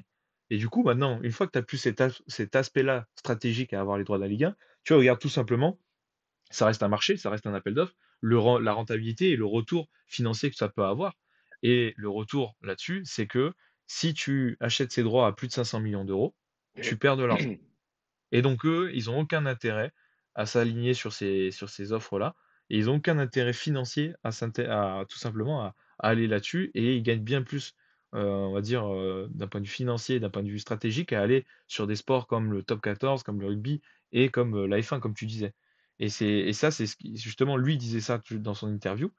Et en plus de ça, il remettait une couche sur les dirigeants qui a été les dirigeants français, parce qu'il n'y a pas que la Brune. La Brune, là, c'est sûr que c'est le visage qu'on a de la LFP, mais ça a été lui, c'est toute son équipe, et ça a été aussi avant quand ils ont chaque année, on va dire, à chaque mandat, tu as la Ligue 1 qui a fixé son prix, que les dirigeants français ont fixé le prix de la Ligue 1 sans prendre en compte la valeur, comme tu disais, du produit, tout simplement. Parce que aujourd'hui, la Ligue 1, comme tu dis, a perdu toutes ses stars et ne vaut pas ses 700 millions d'euros, tout simplement. Et c'est ce qu'il Non, dit, c'est que c'était pas du tout. l'erreur pour lui, c'est la plus grosse erreur historique des dirigeants français par rapport à cette diffusion et ces droits TV. Ça a été surtout de ne pas prendre en compte de la valeur du projet et de s'être laissé fait berner par justement cette montée en prix, mais qui était tout simplement des enjeux stratégiques pour les sociétés. Mais quand à partir du moment où le seul enjeu stratégique qui te faisait fixer cette valeur, qui est aujourd'hui quasiment nul, parce qu'aujourd'hui, quasiment les deux ont intérêt à partager à partager, on va dire, la diffusion. Et bah, du coup, tu te retombes avec, bah, tout simplement la vraie valeur du produit. Et là, la valeur du produit, elle en vaut pas 700 ou 850 millions par an. Le truc, Mais non, c'est que. elle vaut même pas cette moitié. Ah non, non, mais c'est ça, en fait, elle vaut même pas la moitié, parce que déjà, la moitié de ça, c'est ce que vaut toutes les Coupes d'Europe. Donc imagine, enfin, imagine le prix exorbitant de la Ligue 1. Et tout le monde en a conscience, mais c'est très compliqué de dévaluer les prix. C'est compliqué de dire, ben, ok, elle vaut plus ce prix-là, du coup on va la vendre à 450 millions. Et c'est très compliqué de dire ça parce que derrière tu as des clubs, ils ont des salaires à assurer, il y en a certains qui ont des contrats longue durée, donc tu continues à avoir des salaires. Tu as des championnats à côté qui continuent à se développer, donc toi, le fossé va se creuser. Déjà, on voit en Coupe d'Europe que le fossé, il y a quand même un fossé entre les clubs français et les autres équipes, à part quelques rares équipes qui peuvent tirer leur épingle du jeu. Enfin voilà, le PSG, ils font une demi-finale, mais tu as quasiment que le PSG qui peut le faire aujourd'hui en France. Marseille a fait une demi-finale de Ligue Europa, c'est vrai, bravo à eux, mais on voit que c'est très compliqué pour eux sur le long terme, d'avoir des performances comme ça régulières, de sortir de poule et d'aller loin dans une Coupe d'Europe. C'est-à-dire, c'est quasiment impossible. Aujourd'hui, il n'y a aucun club français qui est régulier, alors que tu en as partout dans les autres championnats. Donc c'est compliqué, le fossé se creuse et à dévaluer ça, non seulement tu mettrais des clubs dans la merde, parce qu'après, il faut assurer tes finances auprès de la DNCG. Et en plus, enfin voilà, ça devient quasiment impossible. Tu creuses le fossé avec les autres équipes européennes. Donc on est vraiment dans une situation qui est majeure pour le foot français et qui, à mon avis, est catastrophique sur le court terme et le moyen terme. Et sur le long terme, il faudra complètement changer de stratégie. Mais ça pourrait passer par une Ligue 1 qui va encore s'affaiblir au niveau sportif. Et moi, ça me déplaît, mais malheureusement, en plus, tu peux rentrer dans un cercle vicieux où ta Ligue 1 qui s'affaiblit va continuer à être de moins en moins regardée, donc de plus en plus dur à vendre les autres années. Enfin, C'est je sais l'escalade pas trop après. dans quoi on va rentrer. Je sais pas dans quoi dans quelle dynamique on va rentrer. Ça Est-ce que vous m'inquiète avez pas mal un pour beaucoup avis? de clubs de Ligue 1. Est-ce que vous avez un avis sur le justement la solution qu'ils proposaient, notamment de mettre en place une nouvelle chaîne? Que la Mais Ligue non, fr mais que la LFP propose sa chaîne de Ligue 1. Est-ce que c'est une solution réelle, intéressante pour, vraiment peut-être relancer cette Ligue 1 ou pas du tout? moi je pense pas. Parce qu'ils arriveront déjà jamais à récupérer le pognon qu'ils peuvent récupérer avec une chaîne existante, type Canal+, beIN Sport et tout. En faisant ça, tu récupéreras pas assez d'argent et on en reviendra au problème initial que les clubs vont pas pouvoir récupérer l'argent qui leur a été entre guillemets promis ou ce qu'ils récupèrent depuis des années. Donc ça marchera pas. Et d'un point de vue supporterisme, ça va encore nous gonfler de devoir s'abonner à un nouveau truc, de devoir payer un nouveau truc, de devoir, comme il disait Guillaume, changer de navigateur, de machin pour regarder les matchs. Ça va devenir beaucoup trop compliqué. Et je suis pas sûr que ça marche. Vraiment pas. Ouais, moi, je rejoins complètement Cyril. Et je pense que ça va absolument pas marcher parce que ça va rajouter encore quelque chose en plus de compliqué. Et encore une fois, nous, notre point de vue, c'est on est jeunes, mais tous les passionnés de foot qui sont de la génération de nos parents, ça devient d'un coup beaucoup plus compliqué pour eux de devoir à chaque fois s'adapter à chaque diffuseur. Et puis ça voudrait dire une nouvelle chaîne. Il faudrait la mettre en place. Donc c'est compliqué de créer une chaîne de télévision, hein. Il Ouais, faut tout avoir. Il faut avoir des locaux, il faut trouver des gens, il faut trouver des équipes, il faut trouver les bons diffuseurs. Donc c'est-à-dire qu'il faut trouver des accords avec tous les diffuseurs. Donc Orange, Bouygues, SFR, Canal qui pourrait éventuellement être un diffuseur, alors que Canal en plus, on voit qu'ils sont pas trop fans. Mais en même temps, même cette chaîne-là, elle dépendrait de la diffusion de Canal parce que beaucoup de gens regardent la télé via Canal ou via MyCanal. Donc ça devient, non, pour moi, ça devient beaucoup trop compliqué. Il y a tout qui est Ouais, compliqué dans cette situation-là. Et encore une fois, je suis d'accord. tu sens que la situation est critique parce que c'est sur du court terme, on est dans l'urgence, on est en panique, on ne sait pas trop quoi faire. Donc on va faire ça. Et on va voir ce qui va se passer, mais c'est du court terme qui est, à mon avis, une très mauvaise stratégie et que la Ligue 1 payera sur le long terme. Pour moi, la Je suis seule tout à fait solution d'accord. viable. Si ça avait été viable, ce truc, il l'aurait fait il y a quelques années. ouais, Là, ouais, c'est il vrai. propose ça parce qu'à 2 mois et demi de la Ligue 1, il n'y a rien. Et donc, il a raison, Guillaume. Ça va marcher 6 mois, un an. Et puis l'été prochain, on se posera la même question de comment on fait.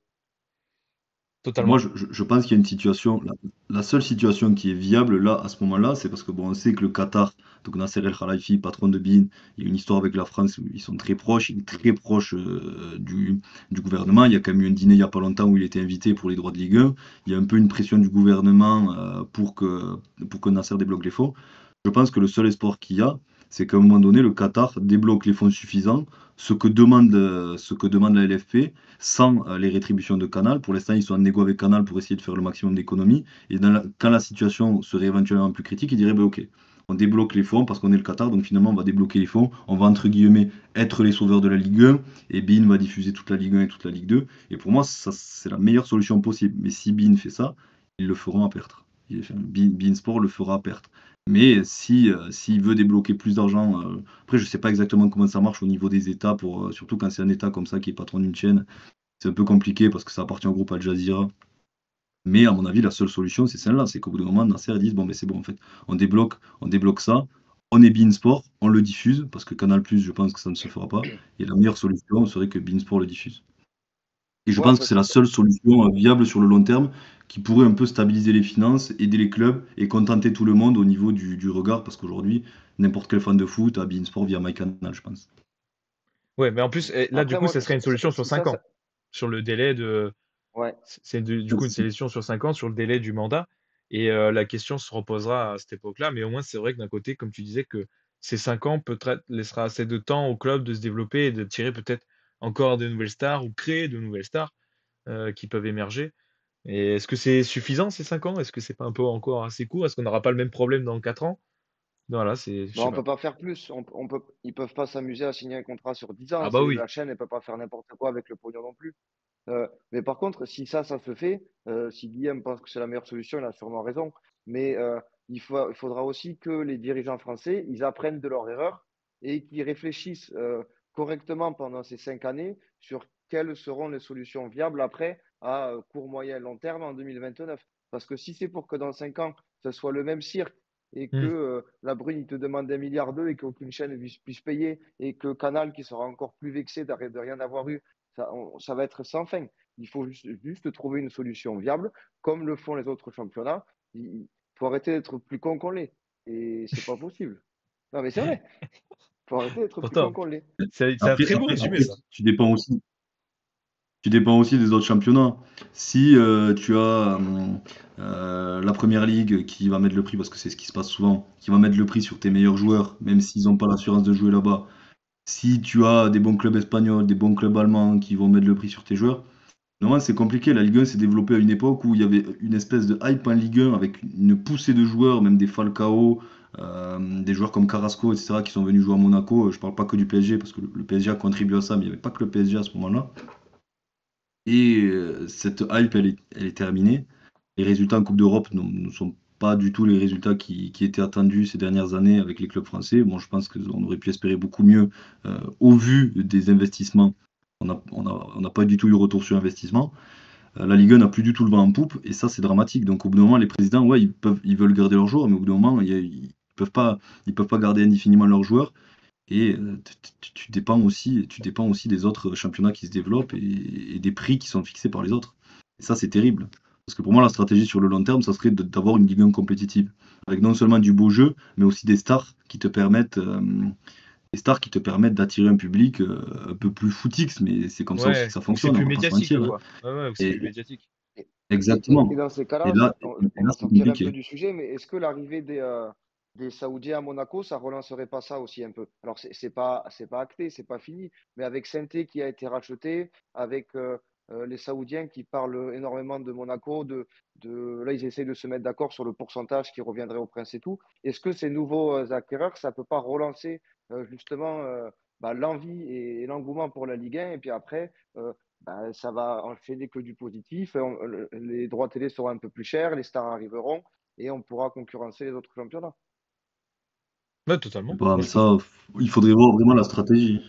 Je sais pas Oui, ce parce que t'en penses, qu'après, Simon. ça, oui, comme tu dis, la stratégie dans le sens où est-ce qu'ils font après, ils vont faire venir des joueurs pour les revendre tout de suite et que on n'ait pas le temps de créer une équipe compétitive et un club, on va dire, compétitif sur le long terme.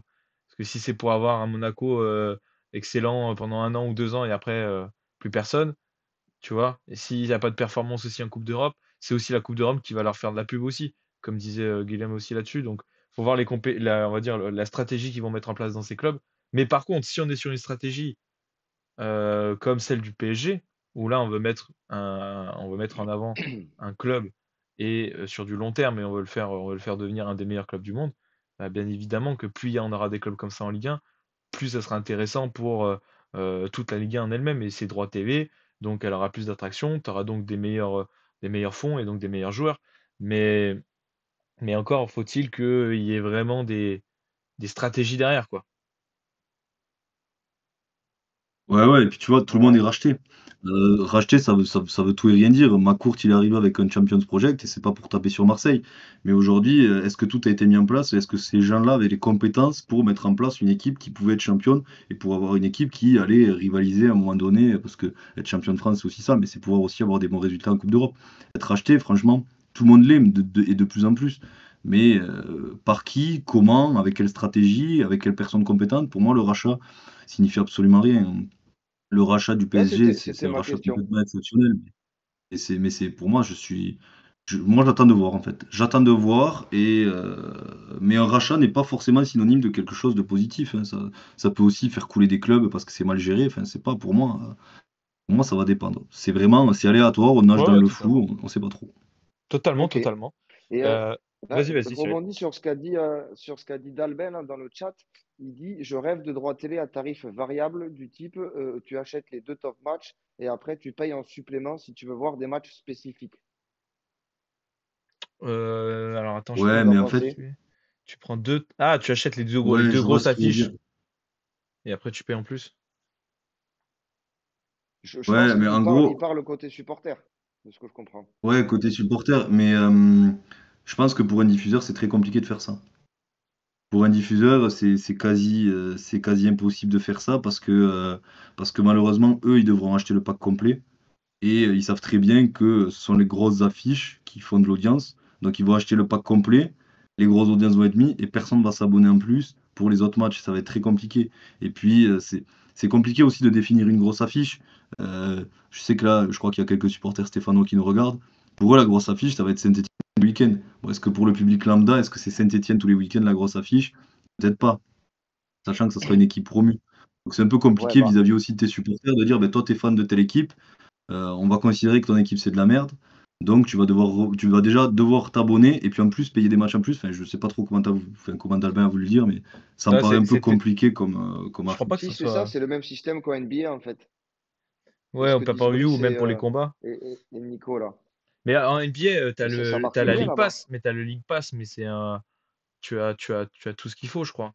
Je crois pas que tu as. Mais Tu peux payer que t'as un pour un match? abonnement, mais après, ouais, Ok, tu peux payer que pour un match. ok, ok, Pas obligé de prendre l'abonnement général. ok. En tout cas, Donc, on est dans une belle situation merdique. Et comme tu as dit, Game, ça fait peur parce que de toutes les explications que tu as pu donner, euh, la solution qui va être la plus viable, elle est loin d'être faite et on ne sait pas où ça va nous mener non plus, quoi. Donc ça pue. ouais, ça peut. Alors là, on est Mais dans le flou, hein. pour Là, on est revenir dans le sur flou. le système un peu de pay-per-view là, où tu payes pour ton match entre guillemets, je pense que c'est pas adaptable pas à notre sport, mais surtout à notre Ligue 1 parce que là, la NBA, je pense il y a la NBA aux États-Unis qui fonctionne comme ça. Je suppose que les autres gros sports américains fonctionnent comme ça. Je sais que les combats, tout ce qui est MMA, etc., l'UFC, ça marche comme ça. Mais le problème, c'est que tu as une grosse demande derrière.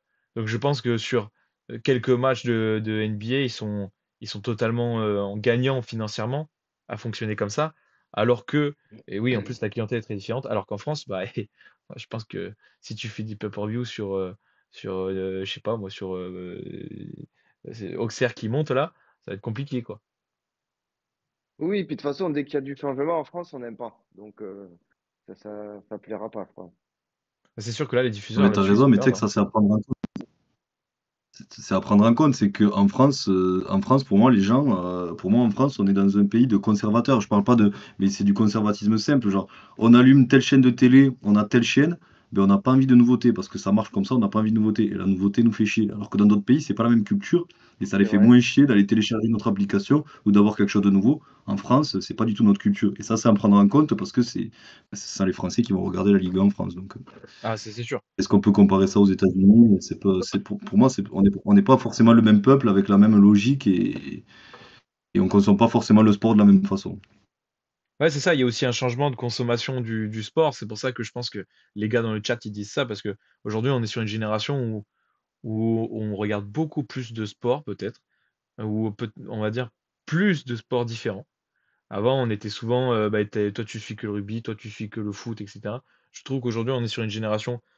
on va dire, on va s'intéresser un peu à tous les sports, notamment aussi grâce au nouveau marketing des sports, à la montée de certains sports. Je pense au sport de combat, je pense à la F1, je pense au vélo, avec notamment on va dire, les séries sur Netflix qui ont attiré beaucoup plus on va dire, de spectateurs. Et du coup, on consomme le sport différemment. Moi, alors, c'est un avis que je donne parce que je me base sur mon expérience. Je sais que moi, je vais aimer beaucoup de sports différents. Je vais suivre la F1, je vais suivre un petit peu le vélo, je vais suivre à fond la NBA. D'ailleurs, ce soir, premier match des finales. Euh, et sauf que après, au bout d'un moment, t'as pas de temps, t'as plus de temps pour regarder tous tes sports et vraiment regarder tous les matchs en entier, etc. Donc on a tendance à consommer. Même nous, pour l'émission, par exemple, les lundis, bah, c'est impossible pour nous de regarder tous les matchs de Serie A, les matchs de Liga, les matchs de Première Ligue, les matchs de Ligue 1. Donc c'est commence à être difficile, donc on va consommer le sport aussi, le foot différemment. Et donc notre Ligue 1, on va peut-être des fois la délaisser quand on a des choix à faire. Et certains matchs aussi de Ligue 1. C'est peut-être, je sais pas, est-ce que voilà, c'est peut-être un truc à la con que je balance, mais j'essaie de donner peut-être une explication d'une nouvelle consommation peut-être du sport et d'une nouvelle consommation de notre Ligue 1 aussi, qui passe derrière les autres et qu'on va plus regarder des C'est résumés. c'est pour ça que dans les packs, il y a aussi les résumés de matchs, la possibilité de prendre ce que tu veux dans les matchs et faire des émissions avec des résumés de matchs où tu as la liberté de donner les matchs que tu veux.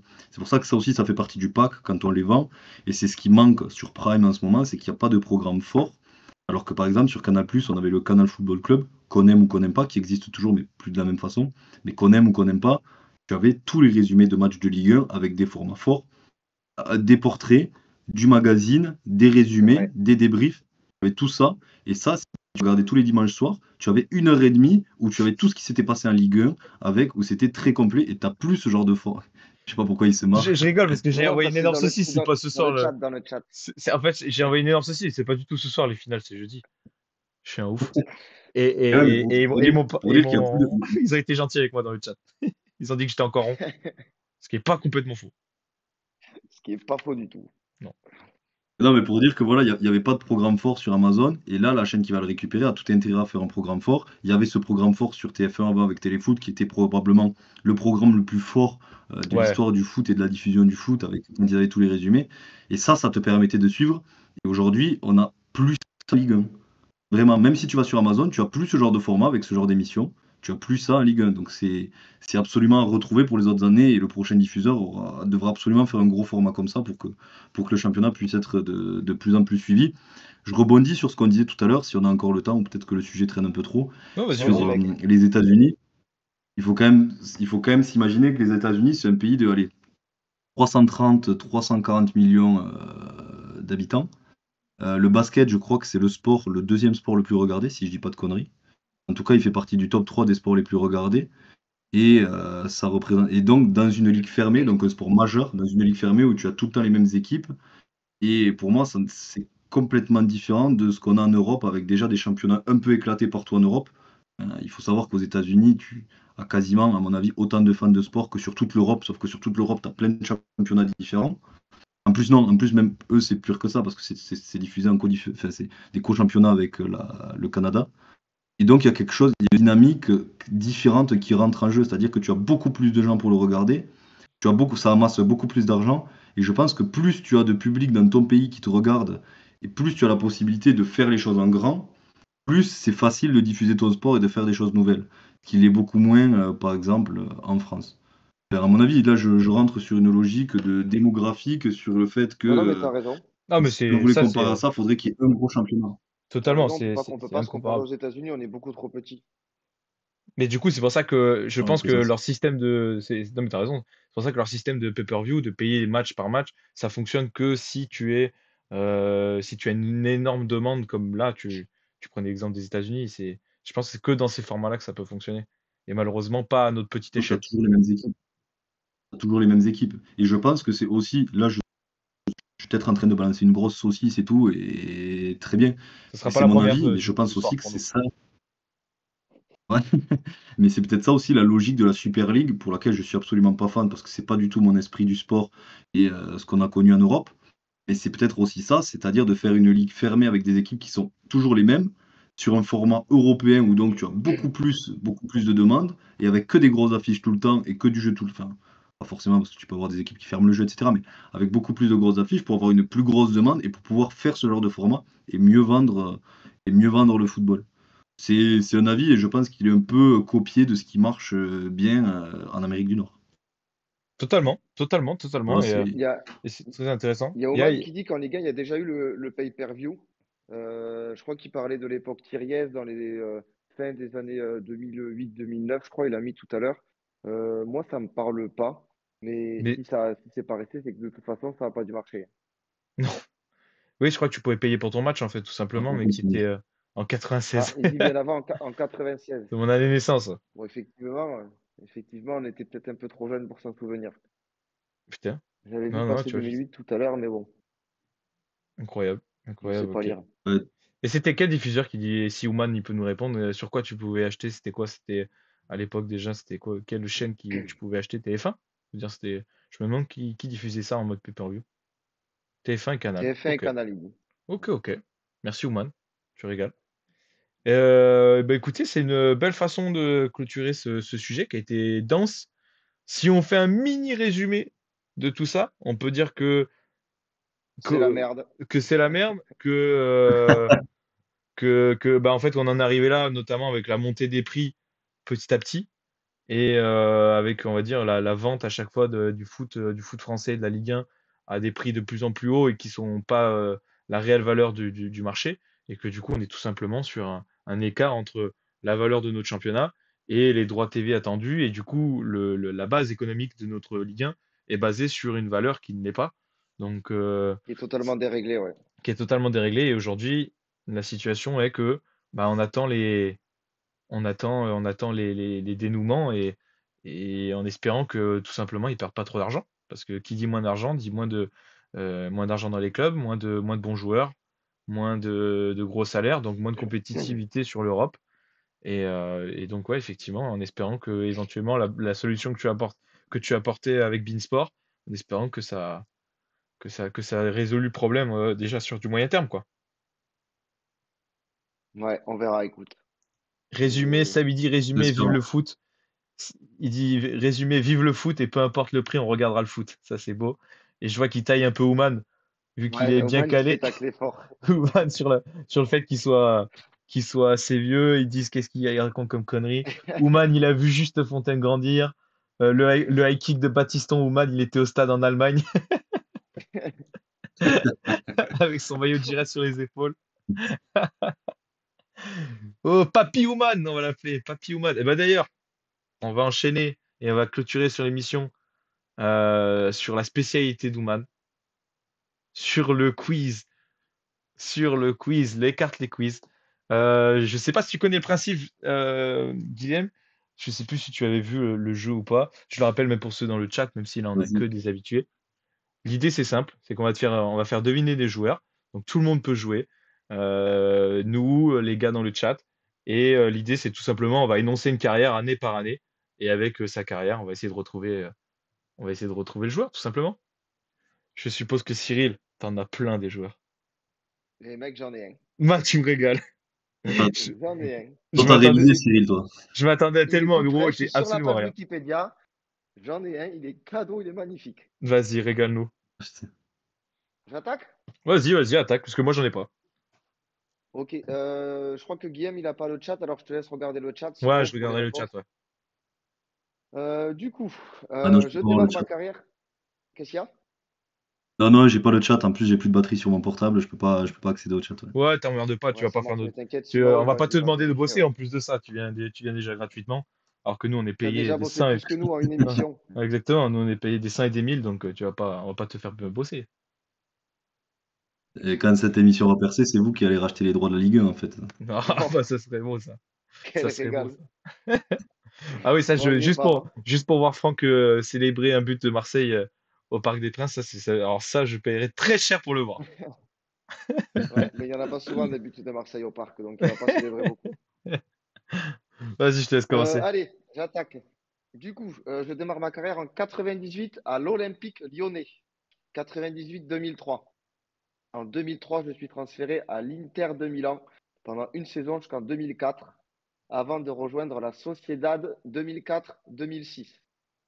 En 2006, je reviens en Ligue 1 à Sochaux-Montbéliard jusqu'en 2008, puis je pars un an au PSV Eindhoven 2008-2009. 2009-2012, je retourne à Sochaux avant de partir une pige à Troyes, puis une pige à Bordeaux, et il finit sa carrière en 2018 après avoir rejoint le Gazélec Ajaccio en 2014. Waouh. Lyon, Inter, Sociedad, Sochaux, PSV Eindhoven, Sochaux à nouveau, Troyes, Bordeaux et le Gazélec. Enculé. Honnêtement, Il est pas beau celui-là. waouh. Il Ah, fait pas beau celui-là. on a bréché Ouais, dans le chat, Théo. ouais, c'est Jérémy Bréchet. Bréchet. C'est tout à Bien fait joué. Magnifique, Jérémy Bréchet. Bien joué, mec. magnifique, Bravo, bravo. magnifique. Ah, parce que alors, celui-là, waouh. Mais Ouman, il l'avait, Ah, hein. bravo. Alors, rien à voir, mais il y a Théo qui demande depuis quand il y a des pubs. Il y a des pubs. Des pubs de quoi? Je sais pas. Moi, j'ai pas vu de pub passer. Peut-être que eux, ils en ont. J'en sais Ça, rien. c'est incroyable. D'ailleurs, les gars, oh putain, Franck, il va m'engueuler. C'est peut-être avec l'affiliation, je sais pas. Avant le stream, magnifique. Alors, les gars, justement, ouais, quand j'ai lancé le stream, il y a une pub. Bah, très bien. Pas de pub. Oh, comment ça, pas de pub? Ça va pas nous payer, ça. On est partenaire Twitch maintenant. On a atteint les stats qu'il fallait. On est partenaire Twitch. On va faire une petite communication aussi là-dessus sur Insta, mais c'est vrai qu'on l'a pas fait. Et du coup, ce qui fait que maintenant, on peut recevoir des subs, on peut recevoir de la money. Mais donc, si vous voulez nous soutenir, c'est pas forcément nous envoyer de l'argent, les mecs, mais c'est surtout, vous pouvez envoyer un sub, un abonnement gratuit si vous avez un Amazon Prime. Si vous avez un compte Amazon Prime, vous avez tous les mois un sub gratuit à envoyer. Et voilà, comme ça, vous pouvez envoyer à la chaîne si vous voulez nous soutenir un petit peu, qu'on achète un putain de micro à Franck ou un casque. Et, Carrément. et tous les mois, je crois qu'avec votre Amazon Prime, on a eu la confirmation. Vous pouvez nous envoyer un sub et donc en fait, c'est vous abonner, Gratuitement. ouais, gratuitement. Vous vous abonnez à la chaîne et derrière, nous, on va pouvoir après développer un peu tout ça. Et surtout, je crois qu'après, une fois que vous êtes devenu abonné, vous allez avoir des petits émoticônes en plus. Vous allez pouvoir mettre des trucs. Je sais pas, je vais essayer de mettre des petits trucs sympas, mettre des têtes de Franck, des trucs comme ça. Je pense pas que je puisse mettre sa tub. Je pense pas que ça passe. Mais Non, ça rentrera pas, c'est trop allez, gros. Ouais. On l'a déjà voilà. tous vu, donc c'est bon. Mais ouais. Non, mais s'il faut mettre un petit truc pour que ça rentre, je mettrai la mienne, ça rentre facile. Mais je suis pas sûr qu'on la voit assez. Bon voilà, du Et coup, en tout ouais, cas, il y a j'ai une Amazon qui évolution. dit on m'a payé un abonnement. Ouais, c'est moi qui t'ai payé l'abonnement, mec, parce que j'ai voulu m'abonner justement à la chaîne. Et comme je Ah suis oui. une peau de gland, et ben, je te l'ai offert à toi. Et je sais pas comment j'ai fait. Donc, cadeau, mec. Alors ça, c'est magnifique ça. Vas-y, je vais essayer de vous envoyer un petit joueur par contre. Je vais vous envoyer quand même un petit joueur parce que là, sinon après, on joue pas assez. À moins que tu en aies un deuxième. J'en avais pas prévu un deuxième, mais je peux. Ouais, après, putain, j'en ai un, mais je sais pas si je l'ai déjà fait. Non, je pense pas que je l'ai déjà fait. Allez, je vous l'envoie. Je vous l'envoie et on va voir si. Bah, je pense que vous allez le reconnaître facilement. 2005 à 2010, il joue à Pacienza. De 2010 à 2014, il joue à Cagliari. De 2014 à 2018, il joue à l'AS Roma. De 2018 à 2021, il joue à l'Inter Milan. Il a été prêté de 2020 à 2021 à Cagliari. Et de 2020 à 2023, ça allait vite. Il allait au Royal Antwerp et je vois que Seb l'a eu. C'est totalement Nainggolan. Nainggolan qui a fait Royal Antwerp, Est-ce Spal et après qui joue en Pologne. Non, attends. C'est quoi cette qu'il joue fois? Voilà. maintenant à la Kings League? Ouais, Kings League, mais il J'étais jouait. pas Ah dedans. non, il jouait en Indonésie. Ça mettait le drapeau de la Pologne. Bon, c'est moi qui suis. Non, mais bien. Est-ce que tu veux nous en faire deviner un, Guitou? Attends, j'avais pas prévu. J'avoue, Vas-y, mais t'as je vais en envoyé trouver ça. un. Vas-y, Magnifique. je vais vous en trouver un rapidement là. J'en ai un en tête, mais je vais juste regarder son parcours. Vas-y, prends le temps, hein. On n'est pas pressé. De toute façon, il y a que des chômeurs sur ce live en général. Avec sa crête là. Super Vas-y. joueur de Kings League. Ouais, il joue à la Kings League d'ailleurs. Kings League, j'espère que Franck va bientôt nous faire un petit résumé avec les Français qui se sont fait bien fait niquer apparemment. J'ai vu ça. Les gars, j'en ai un parce que c'est un joueur que j'aimais bien quand j'étais petit. Il a été formé au FC Sochaux-Montbéliard. Il a joué à Sochaux de 2002 à 2005. Par la suite, il a été transféré à Toulouse. Donc, il a passé jusqu'en 2009, il jouait au TFC. Il a passé par la suite 5 saisons à Valence avant d'être recruté par le FC Barcelone, où il Jérémy a passé Mathieu. 3 saisons. Ouais, Jérémy Mathieu, exactement. Oh, Bon, après, belle, Jérémy ouais. Mathieu. Oh, Il belle. était un peu, ouais, mais il était un peu facile parce que le Barça, le combo Sochaux-Toulouse-Barça, il était un peu trop facile. J'ai pas trop réfléchi, j'avoue. Mais j'avais Ah, lui bah, en tête. d'ailleurs, les supporters toulousains du chat, ils ont Ouais, parce répondu qu'on a des Mathieu aussi. supporters toulousains là-dedans. Donc ils Ouais, l'auraient voilà. trouvé assez vite, la joie. Sergio et Brice. Ouais, ouais. Mais putain, très bon joueur celui-là aussi. Je l'avais oublié. Est-ce que Moi, je peux faire... j'en ai un. Je peux en faire un Ah, dernier, mais il allez, est let's go. immonde. Ah, ben justement, Il est vraiment, finissons il est sur un immonde. type kata. Il est, en vrai, il est pas cadeau. Mais c'est pas grave, au pire, on a le Joker Woman. Ouais, ben même lui, il faut y aller quand même. Il est pas jeune, il est pas vieux le joueur. Il démarre sa carrière en 2014 à Joliba. Il Oh, fait mais une toi, saison à Joliba avant de rejoindre Ubgest en Hongrie, 2015-2016. Durant cette année-là, il joue pas en Hongrie, il est prêté à Saint-Tron en Belgique, puis il est transféré en 2016 à Guimaraes, Guimarães. 2016-2023 à Guimaraes, et puis il est prêté successivement à Saint-Étienne et Montpellier en 2022 et en 2023. Wesh. on cherchait des joueurs du fin fond de. Donc, Lui, il à est pas cadeau. Montpellier, là, il est Ouais, à Lui, il Montpellier. est pas Il a cadeau, joué à lui. Montpellier cette saison. ouais. Il a joué à Montpellier cette saison. En fait, sa carrière elle démarre vraiment en 2016 à Guimaraes. Il appartient encore au club jusqu'en 2023. Il est prêté 22 et 23 Saint-Étienne et Montpellier, puis il a été transféré en 2023 à Montpellier définitivement. Qu'est-ce que c'est? Ah, attends, J'ai dit qu'il Personne qui était l'a pas. dans le chat. je suis en train de me Pour faire l'instant, non. l'effectif de J'ai dit Montpellier. qu'il était coton, lui, hein. Ah bah, il est pour le coton, il est coton. Ah, lui, pour être coton, il est coton, ouais. Déjà, des mecs Saint-Étienne-Montpellier, il n'y Bon. en a pas 150. Ils ont Il joué n'y en a à pas Saint-Étienne et 150. Montpellier. Est-ce que c'est l'attaquant là? José frappe à côté. Ah, tu vois, même Ouman sèche. Euh, Ça va pas être cadeau de vous donner des indices, hein. Je vous donnerai son poste si vous ne trouvez pas. c'est l'attaquant qui a mis les buts là, qui a mis tous les buts au début. Il n'est pas Et attaquant. Adams là, Il n'est pas encore Adams attaquant. là. Ah, pas attaquant. Putain. Sako, Nico, Falaï si tu es Sako? à Ah non, Montpellier, c'est ouais. pas Falaï. Si, Ouais, Falaï Sako. C'est Falaï Sako? ouais, Falaï je Let's viens de faire go. une recherche. J'ai un peu triché et j'ai trouvé Falaï Sako en Ouais, ouais. trichant, mais non, Falaï sans Falaï Sako. regarder, Sako. je Me demande l'aurais pas pas eu, hein. pourquoi j'ai pensé à lui, mais j'ai pensé à lui. Bah, Voilà. c'est le mec avec la crête là. Ouais, exactement. Il n'est pas très beau. Latéral droit. C'est le Latéral latéral droit, droit. tout à fait, ouais. Ah, eh bien, Le Falaï, le bon Falaï je suis Sako. bien content de l'avoir trouvé, le Falaï Sako. Eh ben, on va Ouais, un finir peu sur déçu ces. d'Ouman quand même. Bah, en même temps, il était pas. Mais tu vois, Oman aussi, il faut lui faire des joueurs récents peut-être. Sur les joueurs là de 2000, des années 90, des années 70 à 80, il est injouable. Bon, les gars, Et bien merci en voilà. tout cas. Un mec qui triche, la team d'Oman. Nico qui dit ah, un mec qui triche, ça c'est de la team d'Oman. Ouais, en parlant de toi, Guitou. Ouais, j'ai pas donné la réponse, j'ai laissé Simon la donner. Et Il veut moi, pas j'ai le pas dire, mais il a triché. triché lui aussi pour le Non, coup. non, non, moi, j'ai pas triché. Après, en même temps, là, l'effectif de Montpellier, si je le connaissais pas, ce serait quand même pas bon. Bah, les mecs, merci en tout cas d'avoir été présents ce soir. En espérant Merci à tous encore une fois, retrouver ouais. notre Francky en forme jeudi. Merci Jeudi. Guitou d'être venu et nous avoir Ouais, Merci bah, à apporté vous ton les écoute, gars de expertise nous sur avoir le truc. écoutés. C'était super intéressant. J'ai vu dans le chat deux, trois mm, fois, ils ont mis que c'était super intéressant. Sergio, il a mis un message tout à l'heure en disant que c'était top.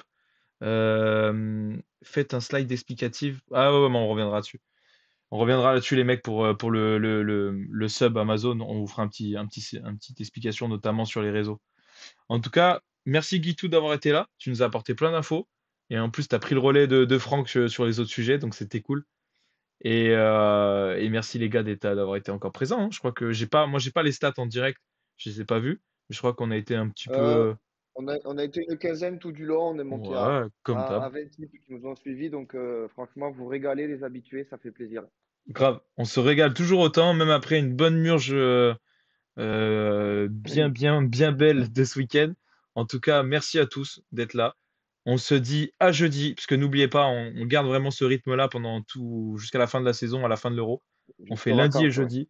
Jeudi, on s'est pas encore totalement mis d'accord sur les sujets, mais on va sûrement parler de Saint-Étienne en Ligue 1, on va sûrement parler des changements de coach. Il y a plein de trucs qui bougent. De toute façon, ça va être que des sujets d'actu. Donc, n'hésitez pas, jeudi 21h, ou même si vous pouvez pas être sur place, n'oubliez pas qu'il y a les podcasts sur Spotify pour ceux qui aiment bien écouter en voiture ou même au sport ou quoi. Et bien évidemment, comme d'hab, vous retrouvez la rediff sur YouTube et sur Twitch. Et sur Twitch. Ouais. Et ben écoutez, merci les gars, on va aller dormir puisqu'on est Merci à tous tous. KO. Ouais, on est mort. Merci à tous, Ciao les passez gars, bonne soirée. une bonne soirée, une bonne semaine et on se dit à jeudi. Salut. Bisous, ciao, ciao. Ciao les mecs!